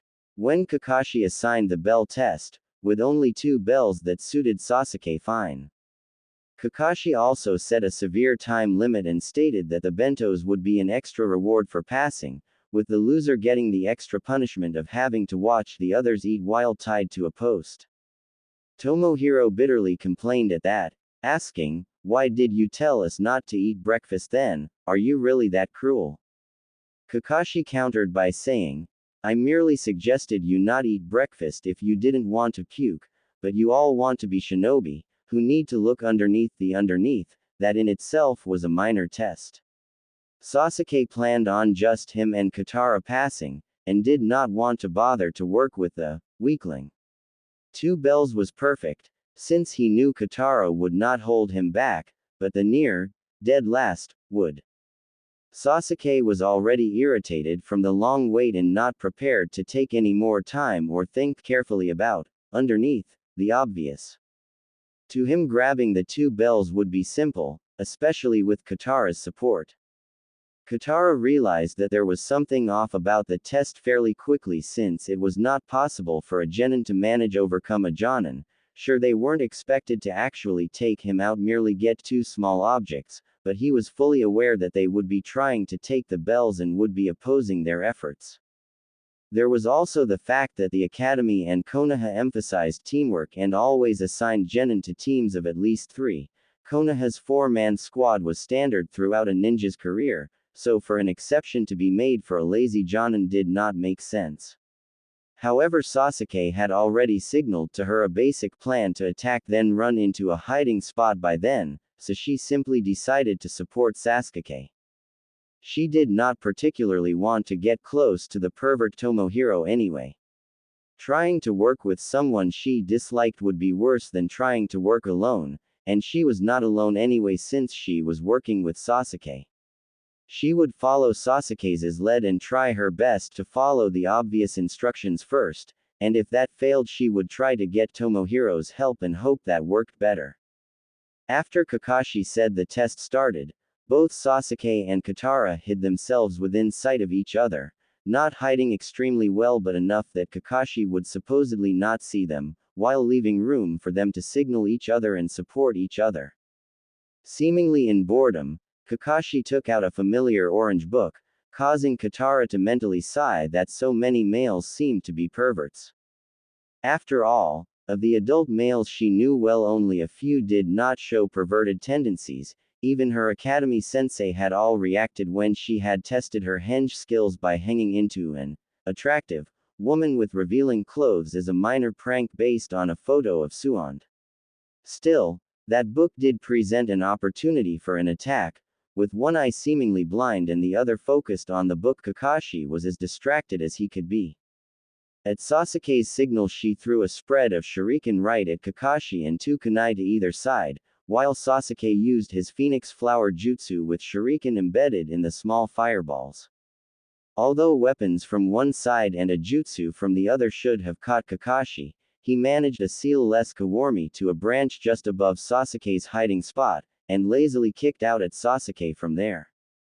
Sasuke dodged of course, then tried to engage Kakashi in taijutsu, with Kitara leaving her own hiding spot, and creating some simple traps in the surrounding branches in hopes that the next time Kakashi used the kawarmi he would set off one of the traps. When Kakashi easily held Sasuke off, not even putting away his book, although he did stop attempting to read it, that angered Sasuke. So after jumping back, hiding briefly behind a bush, then circling around so he faced Kakashi's back, Sasuke signaled Kitara again, and she threw shuriken at Kakashi's waistline, hoping to cut the strings of the bells.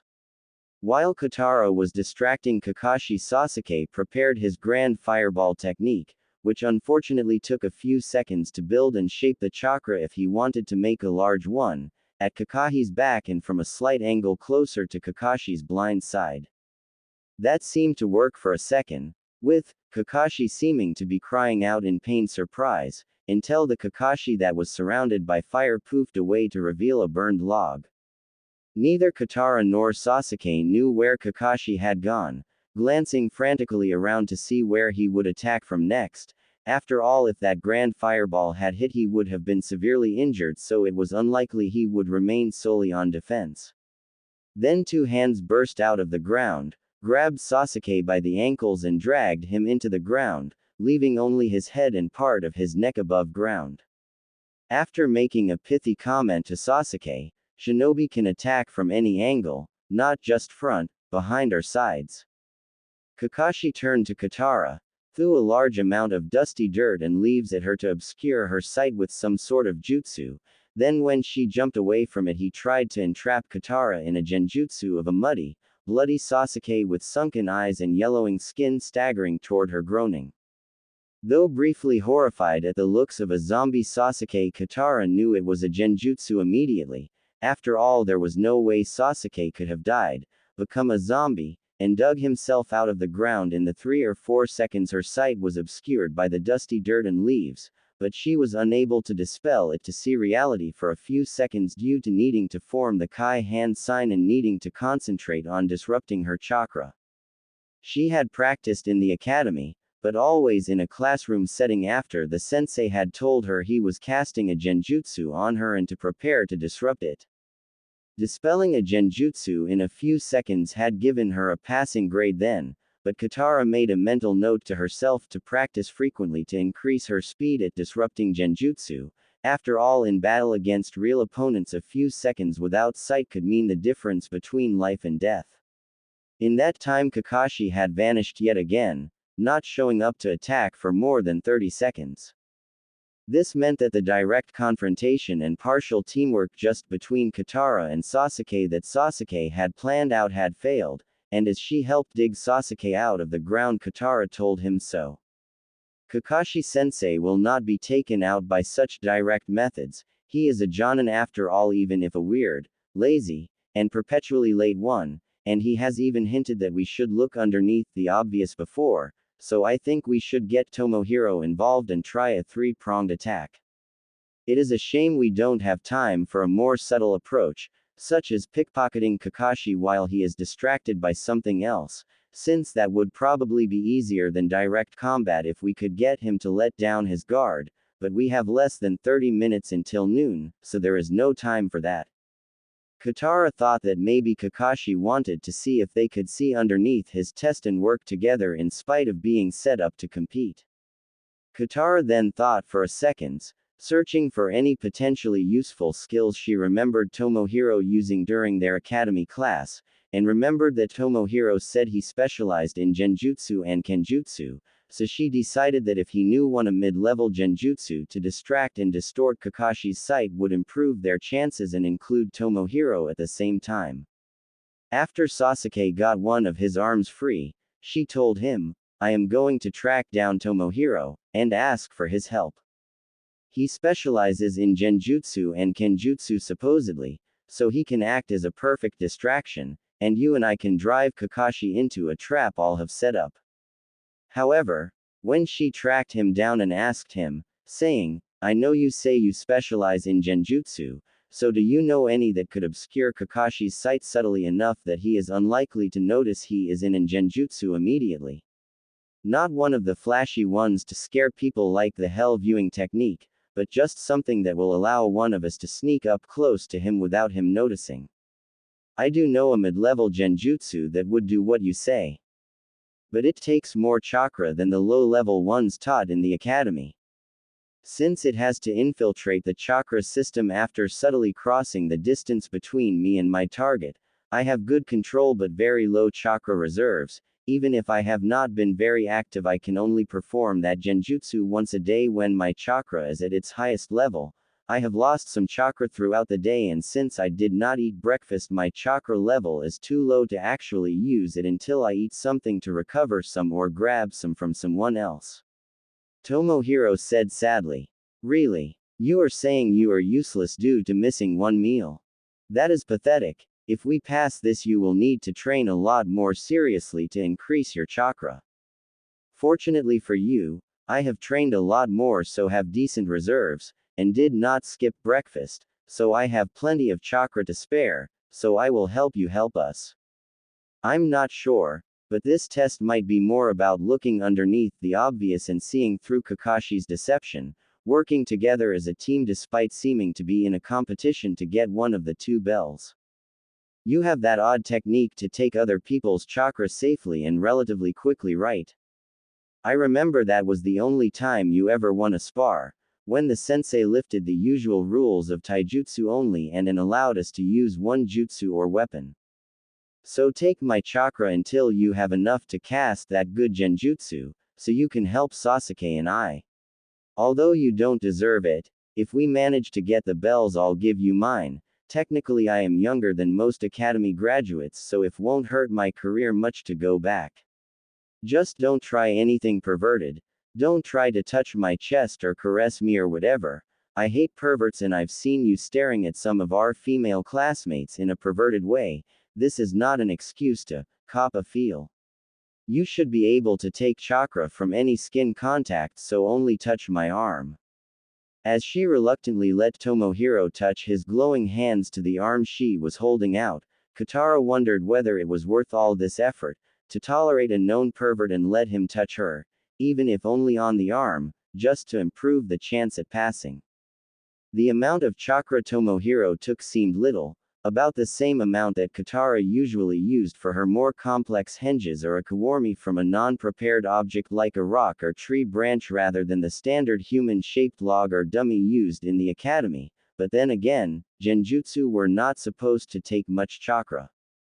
Still, If Tomohiro really didn't have that much chakra to spare, he really was pathetic. She thought that only the civilian-born fangirl kunoichis would have less than that.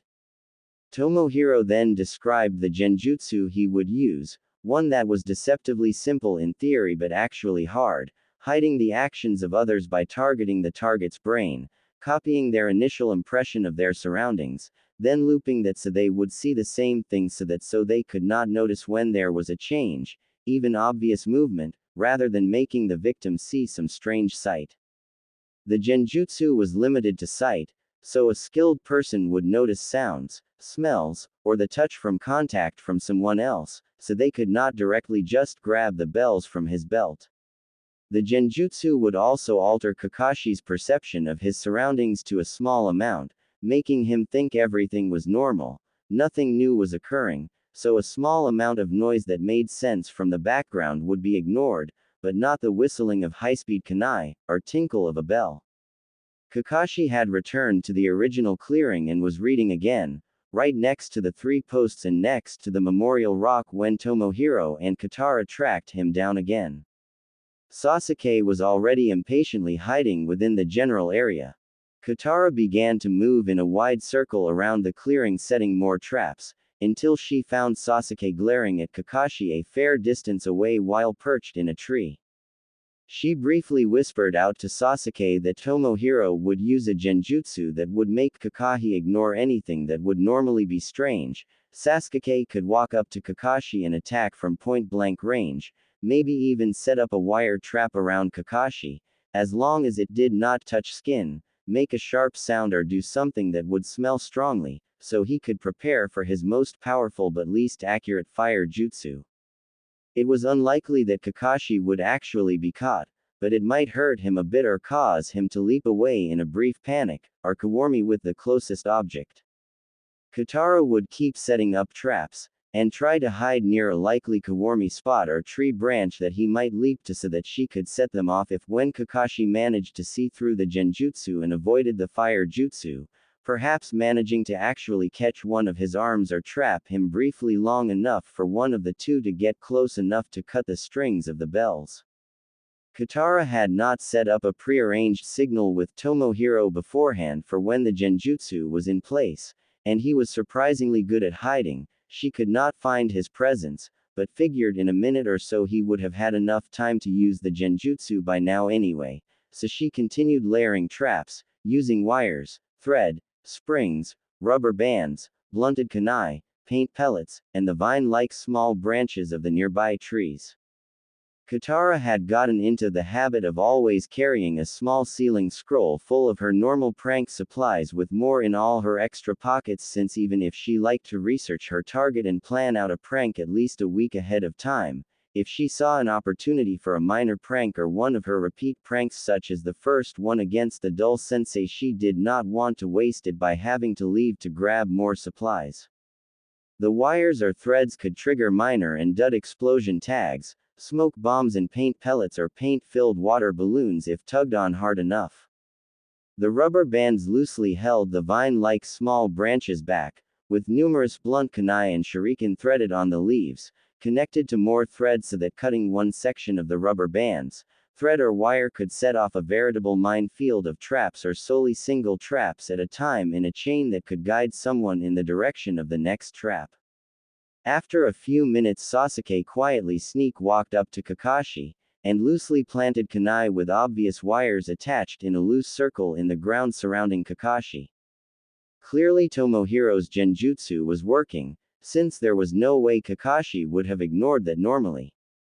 Although the genin did not know it, Kakashi relied mainly on his hidden Sharingan eye and sense of smell and hearing to detect genjutsu, and with his hidden eye covered and closed to conserve chakra, and with Kakashi actually being distracted by reading a particular section of his Ika book and giggling rather than merely pretending to be distracted, he actually did not notice the genjutsu or the quiet sounds Sasuke was making for a crucial few seconds. As Sasuke blew out his dragon fire breath, Kakashi noticed the burning smell and sound and hurriedly defended himself with a mud wall dome, not having enough time to cancel the genjutsu and find out where the attack was coming from. The mud wall dome worked well though, even without an exact idea of where the attack was. Kakashi defended from all sides and from above, also dislodging the loose wire cage as he churned up the earth. After a second, Sasuke stopped his jutsu since it would be wasted against the mud dome. Since Kakashi had not reacted the way they had expected to with a Kawarmi or by leaping away, they knew they needed to improvise or come up with yet another plan to get him into the trap zone. With yet another failure, even after sort of working together, Sasuke reluctantly retreated again a bit, but did not bother to hide since he was sick of hiding and they knew they did not have time to meet up for yet another plan. Neither Kitara or Tomohiro had come out of their hiding spots, but both had seen that failure. All three noticed that the alarm clock was mere minutes away from noon, and thus the end of the test. In desperation, Sasuke signaled Kitara yet again for weapon attack to distract or force movement, the same strategy as they had first used back in the very beginning, but this time Kitara had set up multiple traps near all likely Kawarmi spots, so hopefully it would work better. The two both attacked at once, with Sasuke using the Phoenix Fire Flower Jutsu, shuriken hidden inside, from near point-blank range but scattered enough that Kakashi would have to move in a drastic way to avoid them all, and Kitara threw multiple kunai very fast from the side instead of mere shuriken, while Tomohiro looked on in confused exhaustion from his hiding spot in a bush.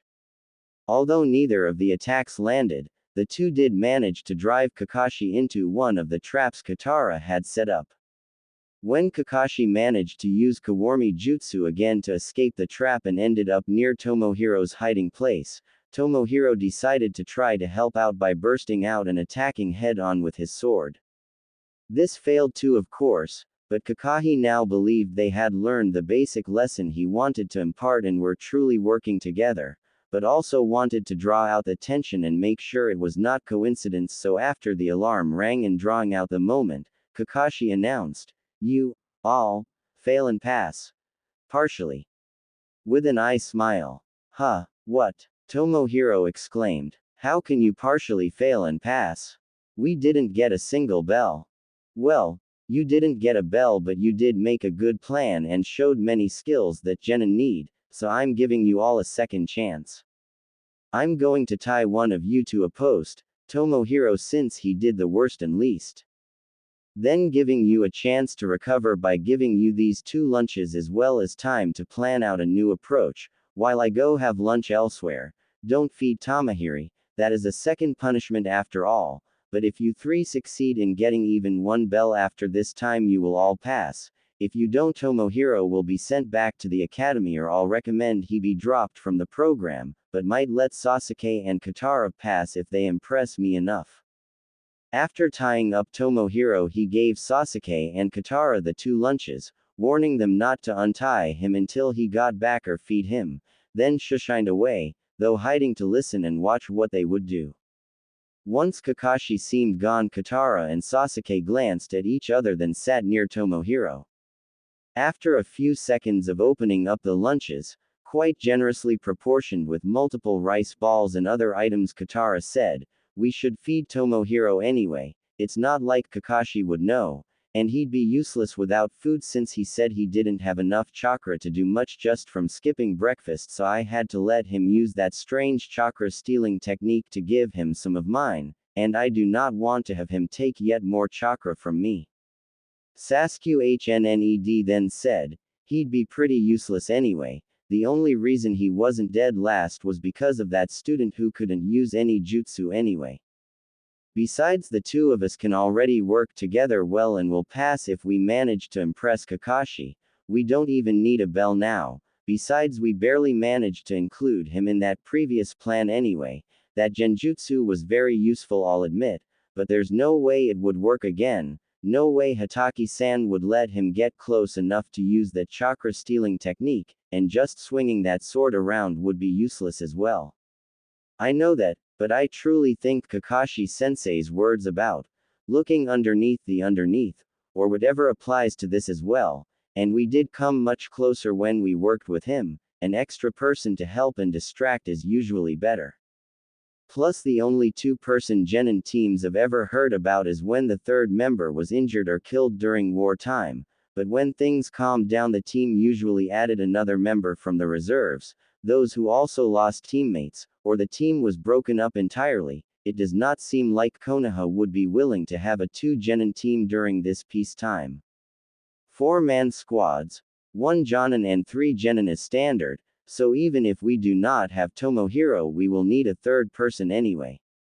It would be better to have Tomohiro than some stranger we don't know, plus if Kakashi-sensei's is lying again is another test like the "don't eat breakfast unless you want to puke" test. We will be failed anyway or forced to go to the genin reserves who don't have senseis and are not on the track to be promoted, all because we did not see through the deception or we did not show proper teamwork, which I really think that he believes is very important from the hints he has been dropping.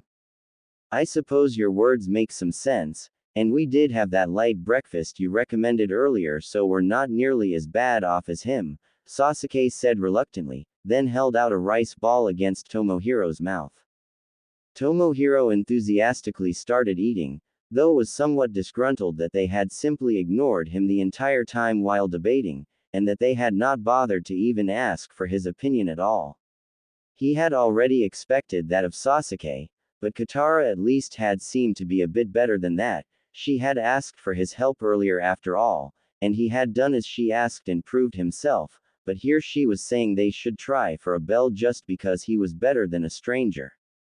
Kakashi waited in hiding a bit, not sure what to think of that conversation. They were feeding Tomohiro like he had hoped, disregarding his nonsensical rule not to feed him as a punishment, but their words were not indicating that they really considered him a teammate, just an extra body to increase their chances at passing.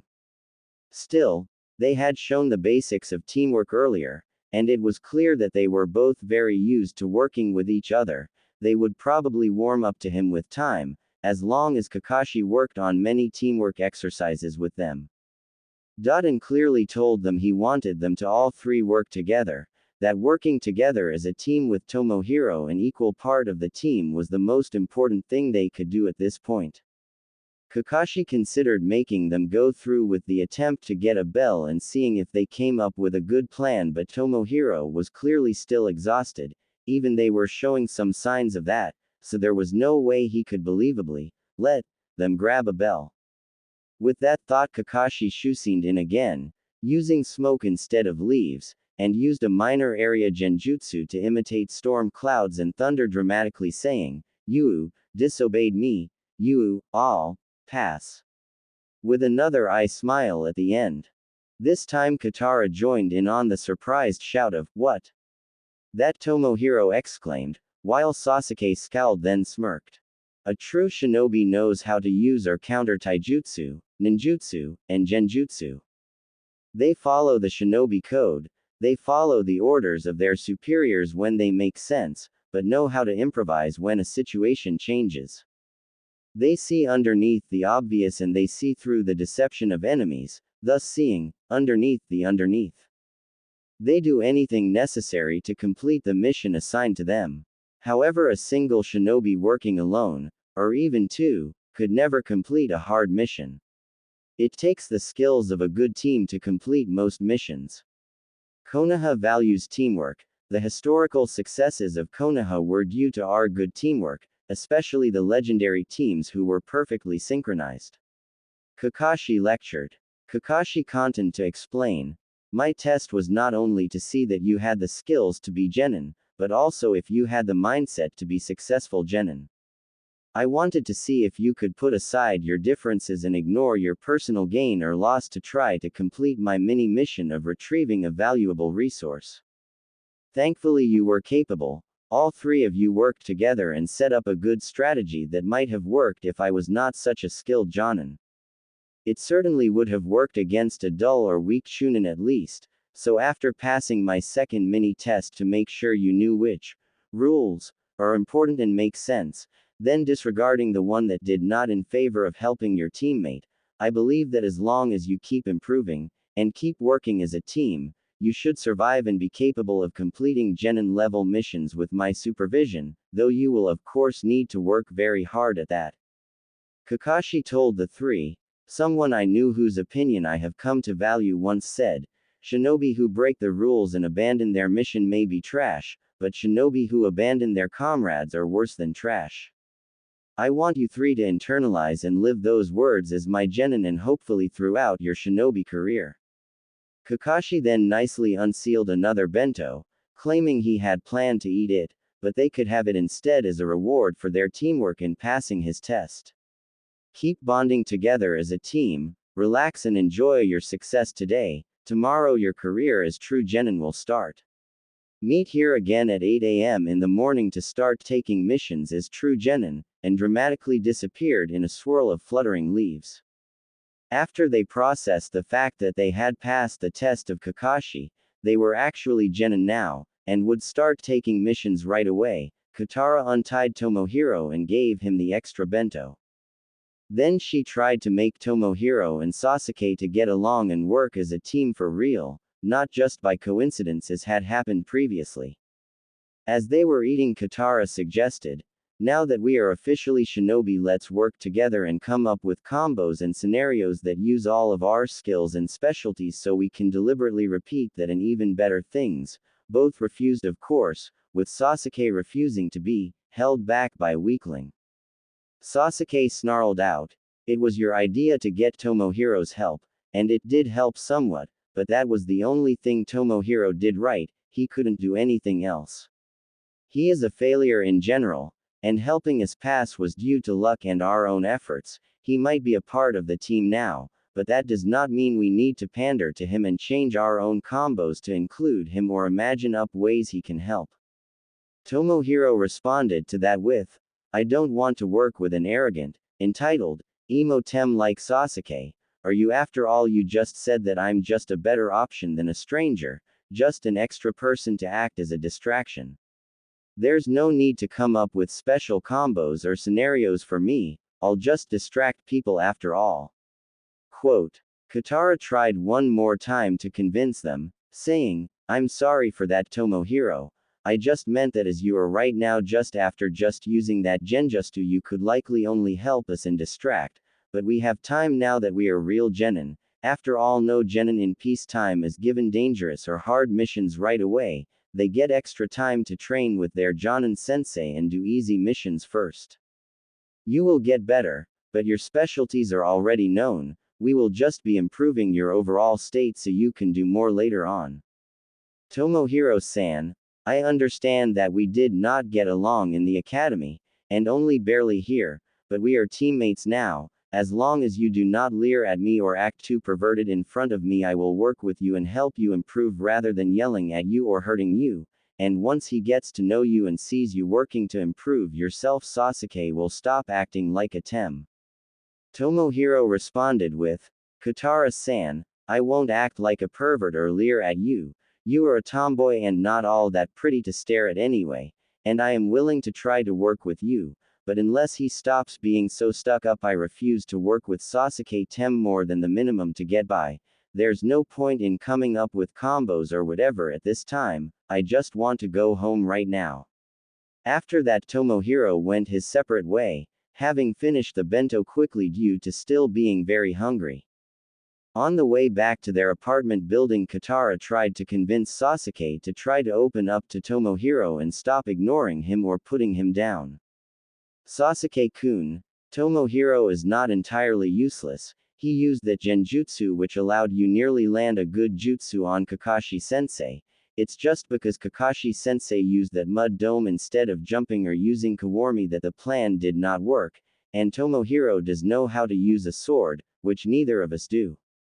This argument did not work on Sasuke, perhaps because Kitara herself still thought Tomohiro was creepy, not very good, and was slightly insulted by his comment that she was not pretty enough to stare at, so her arguments were half-hearted to Sasuke.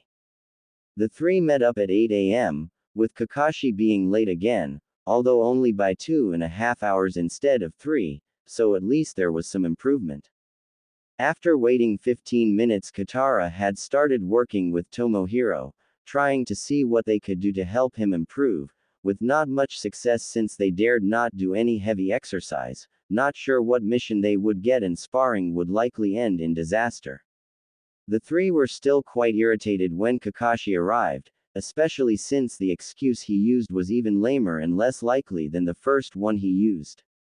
I had to help a little old lady across the street, then put away her groceries, Kakashi said, with yet another eye smile.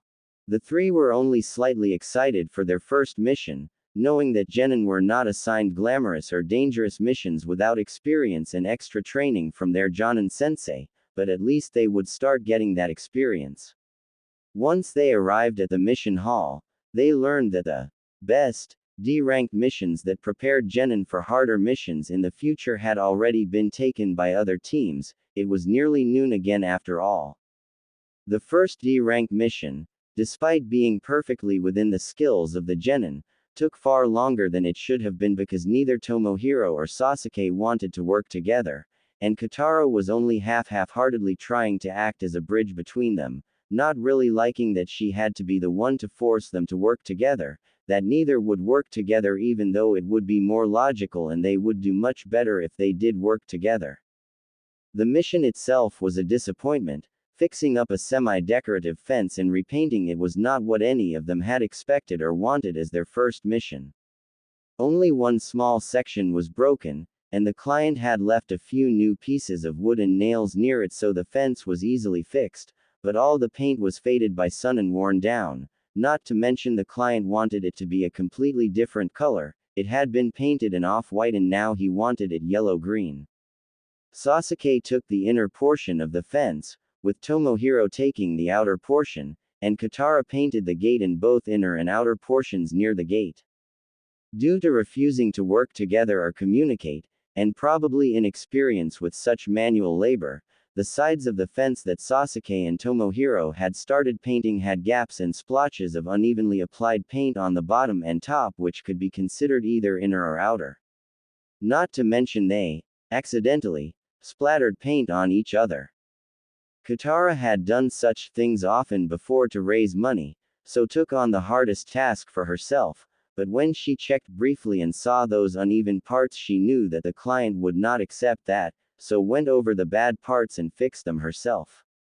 Since Kitara had to paint not only her section, but fix the gaps and splotches between Sasuke and Tomohiro's sections, the mission took much longer than they wanted it to and they were all dismissed near sunset with no time for training or another mission. After that first mission, Kitara started training with Sasuke before team meetings and while waiting on Kakashi. Trying to include Tomohiro and train him, telling him that D ranks were nowhere near strenuous so they could work on conditioning and trying to increase his utterly pathetic chakra reserves when possible. Then after getting a repeated assurance that he would not try anything, albeit an insulting one that, "You are too much a tom girl, not attractive to me at all, so don't worry about me staring at you or trying to flirt with you or anything like that," to Kitara, she began training with Tomohiro, after their official team training, and D ranks, reporting the progress each made to the other. Kitara only had time to train for an hour and a half with Tomohiro per day, especially since unless it was going through sword katas he constantly complained about the workouts, but it was enough to get an idea of how skilled he was and where his talents lay. Getting tired of his complaints about working out, Kitara decided to spar with him instead, with Tomohiro frequently trying to use genjutsu or his sword to actually land a blow on Kitara, whose taijutsu skill and stamina was way beyond his level given all her sparring with Sasuke. Team training was also odd and a bit disappointing. Kakashi had them do trust building and communication exercises by blindfolding them and having them toss a ball to each other, or tying one of their legs together and having them practice walking or running with 3 legs, or pass an egg balanced on a spoon to each other with hands tied behind their backs and other such strange things, alternating that with telling them various formations and having them practice move into them at fast speeds, first normally then with one blindfolded then even with 2 blindfolded and the third only allowed to see out of one eye. Although strange, with Kakashi's sharp eye watching them, an occasional bizarre punishment when a team exercise obviously failed due to lack of effort. such as forcing them to put on animal costumes, making them eat utterly disgusting food, forcing them to carry each other in, princess, carry, piggyback, or over the shoulder, and whatever else his sadistic mind could think up during those exercises. At least they all learned to work together and communicate clearly, even with various artificial handicaps, at least for the duration of those exercises. Kitara had also continued to try to get them to actually work together even outside Kakashi's supervision, since a lot of the time he ignored them on D-rank missions and only commented or punished if lack of teamwork caused them to actually fail the mission after the fact. Kitara focused on the fact that Tomohiro was relatively skilled with the sword, for a genin, and was good at genjutsu while talking to Sasuke, trying to convince him and herself that this would help Sasuke deal with Itachi because Itachi was known to have focused on those skills, and even though Tomohiro did not have the strength, chakra level, skill or speed of Itachi, it would still help to train with him. Kitara also did not forget her own goal of getting respect and becoming a jonin, at least despite the odds against females, which she had picked up from 1010. She knew she would have to be able to work even with people she did not like in order to reach that goal, so put aside her qualms with Tomohiro and tried to be friendly to him. When talking to Tomohiro, she pointed out the signals that Sasuke used to warn her of high-level attacks so she would not be seriously injured, teaching him the basics of their sign language along the way, the occasional morbid jokes he said, and the fact that his cold, moody glares were mostly a mask to try to deter the fangirls. After only 5 successful D-class missions in 2 weeks, with many more near failures, outright failures, even taking a loss in money when they had to buy new groceries because one person got the wrong kind due to miscommunication, or even 2 spectacular disasters. One when walking some of the Inuzuka dogs, who went wild when seeing a cat and destroyed a bunch of property trying to get it, and the other being their first Tora mission, trying to catch the cat that had caused so much trouble earlier in the week, but again taking an extremely long time, destroying some property, and getting a bunch of minor injuries. That second disaster had a number of contributing factors, but one of them was not communicating properly and going their own way without regard for the others. Kitara had finally convinced the 2 shinobi to train together while waiting for Kakashi to show up, lightly sparring with one, observing or even practicing 2 versus 1, forcing herself to team up with Tomohiro against Sasuke, and generally acting as a mediator between them. The fact that Tomohiro had improved by at least a little bit and was willing to at least talk to Sasuke with Sasuke, or use the sign language when he didn't trust himself to talk, with Sasuke trying to hide his total contempt of Tomohiro at Kitara's request, the 3 worked together better. Then the D-ranked missions started actually being successes, especially when Kitara told them to think of the missions as more training, and even came up with scenarios where the skills used for D ranks could be used for real missions. Some of those scenarios really stretched Kitara's imagination, but most of them involved them having to infiltrate a place by imitating a civilian, protecting a client with a babysitting mission, tracking down a Rouge Nin, or criminal with the Tora missions, preparing defenses for an attack with many of the construction missions, and so on.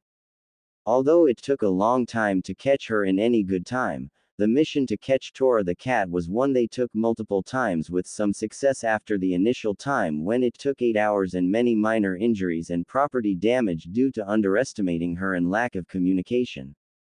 After buying special short-range communicators, Kakashi kept sadistically taking that mission to watch them suffer, or as he said, to help their teamwork by forcing them to communicate and work together. They were now managing at least 1 D-ranked mission every day, on rare occasions even 2, except the days devoted to Kakashi's teamwork exercises and training. After another month and 38 D-ranked missions total, they were assigned their first C-class mission after a successful argument by all 3 to Kakashi that their teamwork was better and they would never get better without a real mission. Once Kakashi agreed, he asked the Hokage to look over the non-urgent C-rank missions for something that would be appropriate, something easy that would take less than a month. After internally worrying if the C-rank curse would activate for this Team 7 like his own and many other Team 7s, he requested that their team name be changed to Team Kakashi instead before they actually took the mission. After 2 days for the paperwork to be processed, with the Hokage chuckling at the superstition but agreeing, the Hokage also wondered if this was the best time to tell Kitara about her burden, since even an official name change might not be enough to avoid the Team 7 C-rank curse. The Hokage knew that the seal was designed to give Kitara access to the Kyuubi's chakra in extreme danger or emotional distress, so if the mission did get dangerous she might access that very recognizable chakra. However, the Hokage did not want to ruin her innocence just yet, and knew that once she knew the truth some of her cheerful optimism would be gone. The Hokage decided to compromise, reluctantly informing Kakashi himself of the truth in private after getting him to promise to absolutely keep it a secret, even from Kitara herself unless it actually became an issue on the mission or in future missions, since someone needed to know with the potential for danger of Kitara losing control given that there was no hint she had ever used the Kyuubi's chakra other than the tiny filtered trickle that the seal let out continuously. Kakashi was not very surprised to hear that Kitara was the mysterious Kyuubi container. After all, he had easily guessed she was actually Kushina's child and not just given the last name in Kushina's honor, due to her hair color and mentioning pranks as a hobby in their introductions, and to him it only made sense that another Uzumaki would be the best container. He did ask, "Why do you want to keep the secret even from Kitara?" "I understand not letting the village in general know, with the risk of them misunderstanding the nature of the seal and turning on her, but surely Kitara herself deserves to know. So far Kitara has not accessed that chakra even once, she has not needed to. The Kyuubi's chakra is poisonous to others, and very obvious for any censors who were alive during the Kyuubi's rampage. Even accessing that chakra once will likely change the nature of Kitara's chakra enough that even the limited medical jutsu she knows now will risk poisoning others. I believe that if Kitara knows she is the container for the Kyuubi it will remove what little childish optimism remains, and as well knowing that chakra as there will make her more likely to try to call upon it in any time of stress. Once that chakra is called upon even once the risk of censor sensing it will increase, and her secret will gradually be revealed to more and more people, the Hokage said gravely. So you see, the longer the secret is kept even from Kitara herself, the better. If she does not call upon that chakra, she can remain the promising shinobi she currently is. Perhaps after her first Chunin exam or, if you insist, once you decide to nominate your team for the Chunin exams we can inform her of the secret, the Hokage finished. Ah, well that does make sense, Kakashi agreed.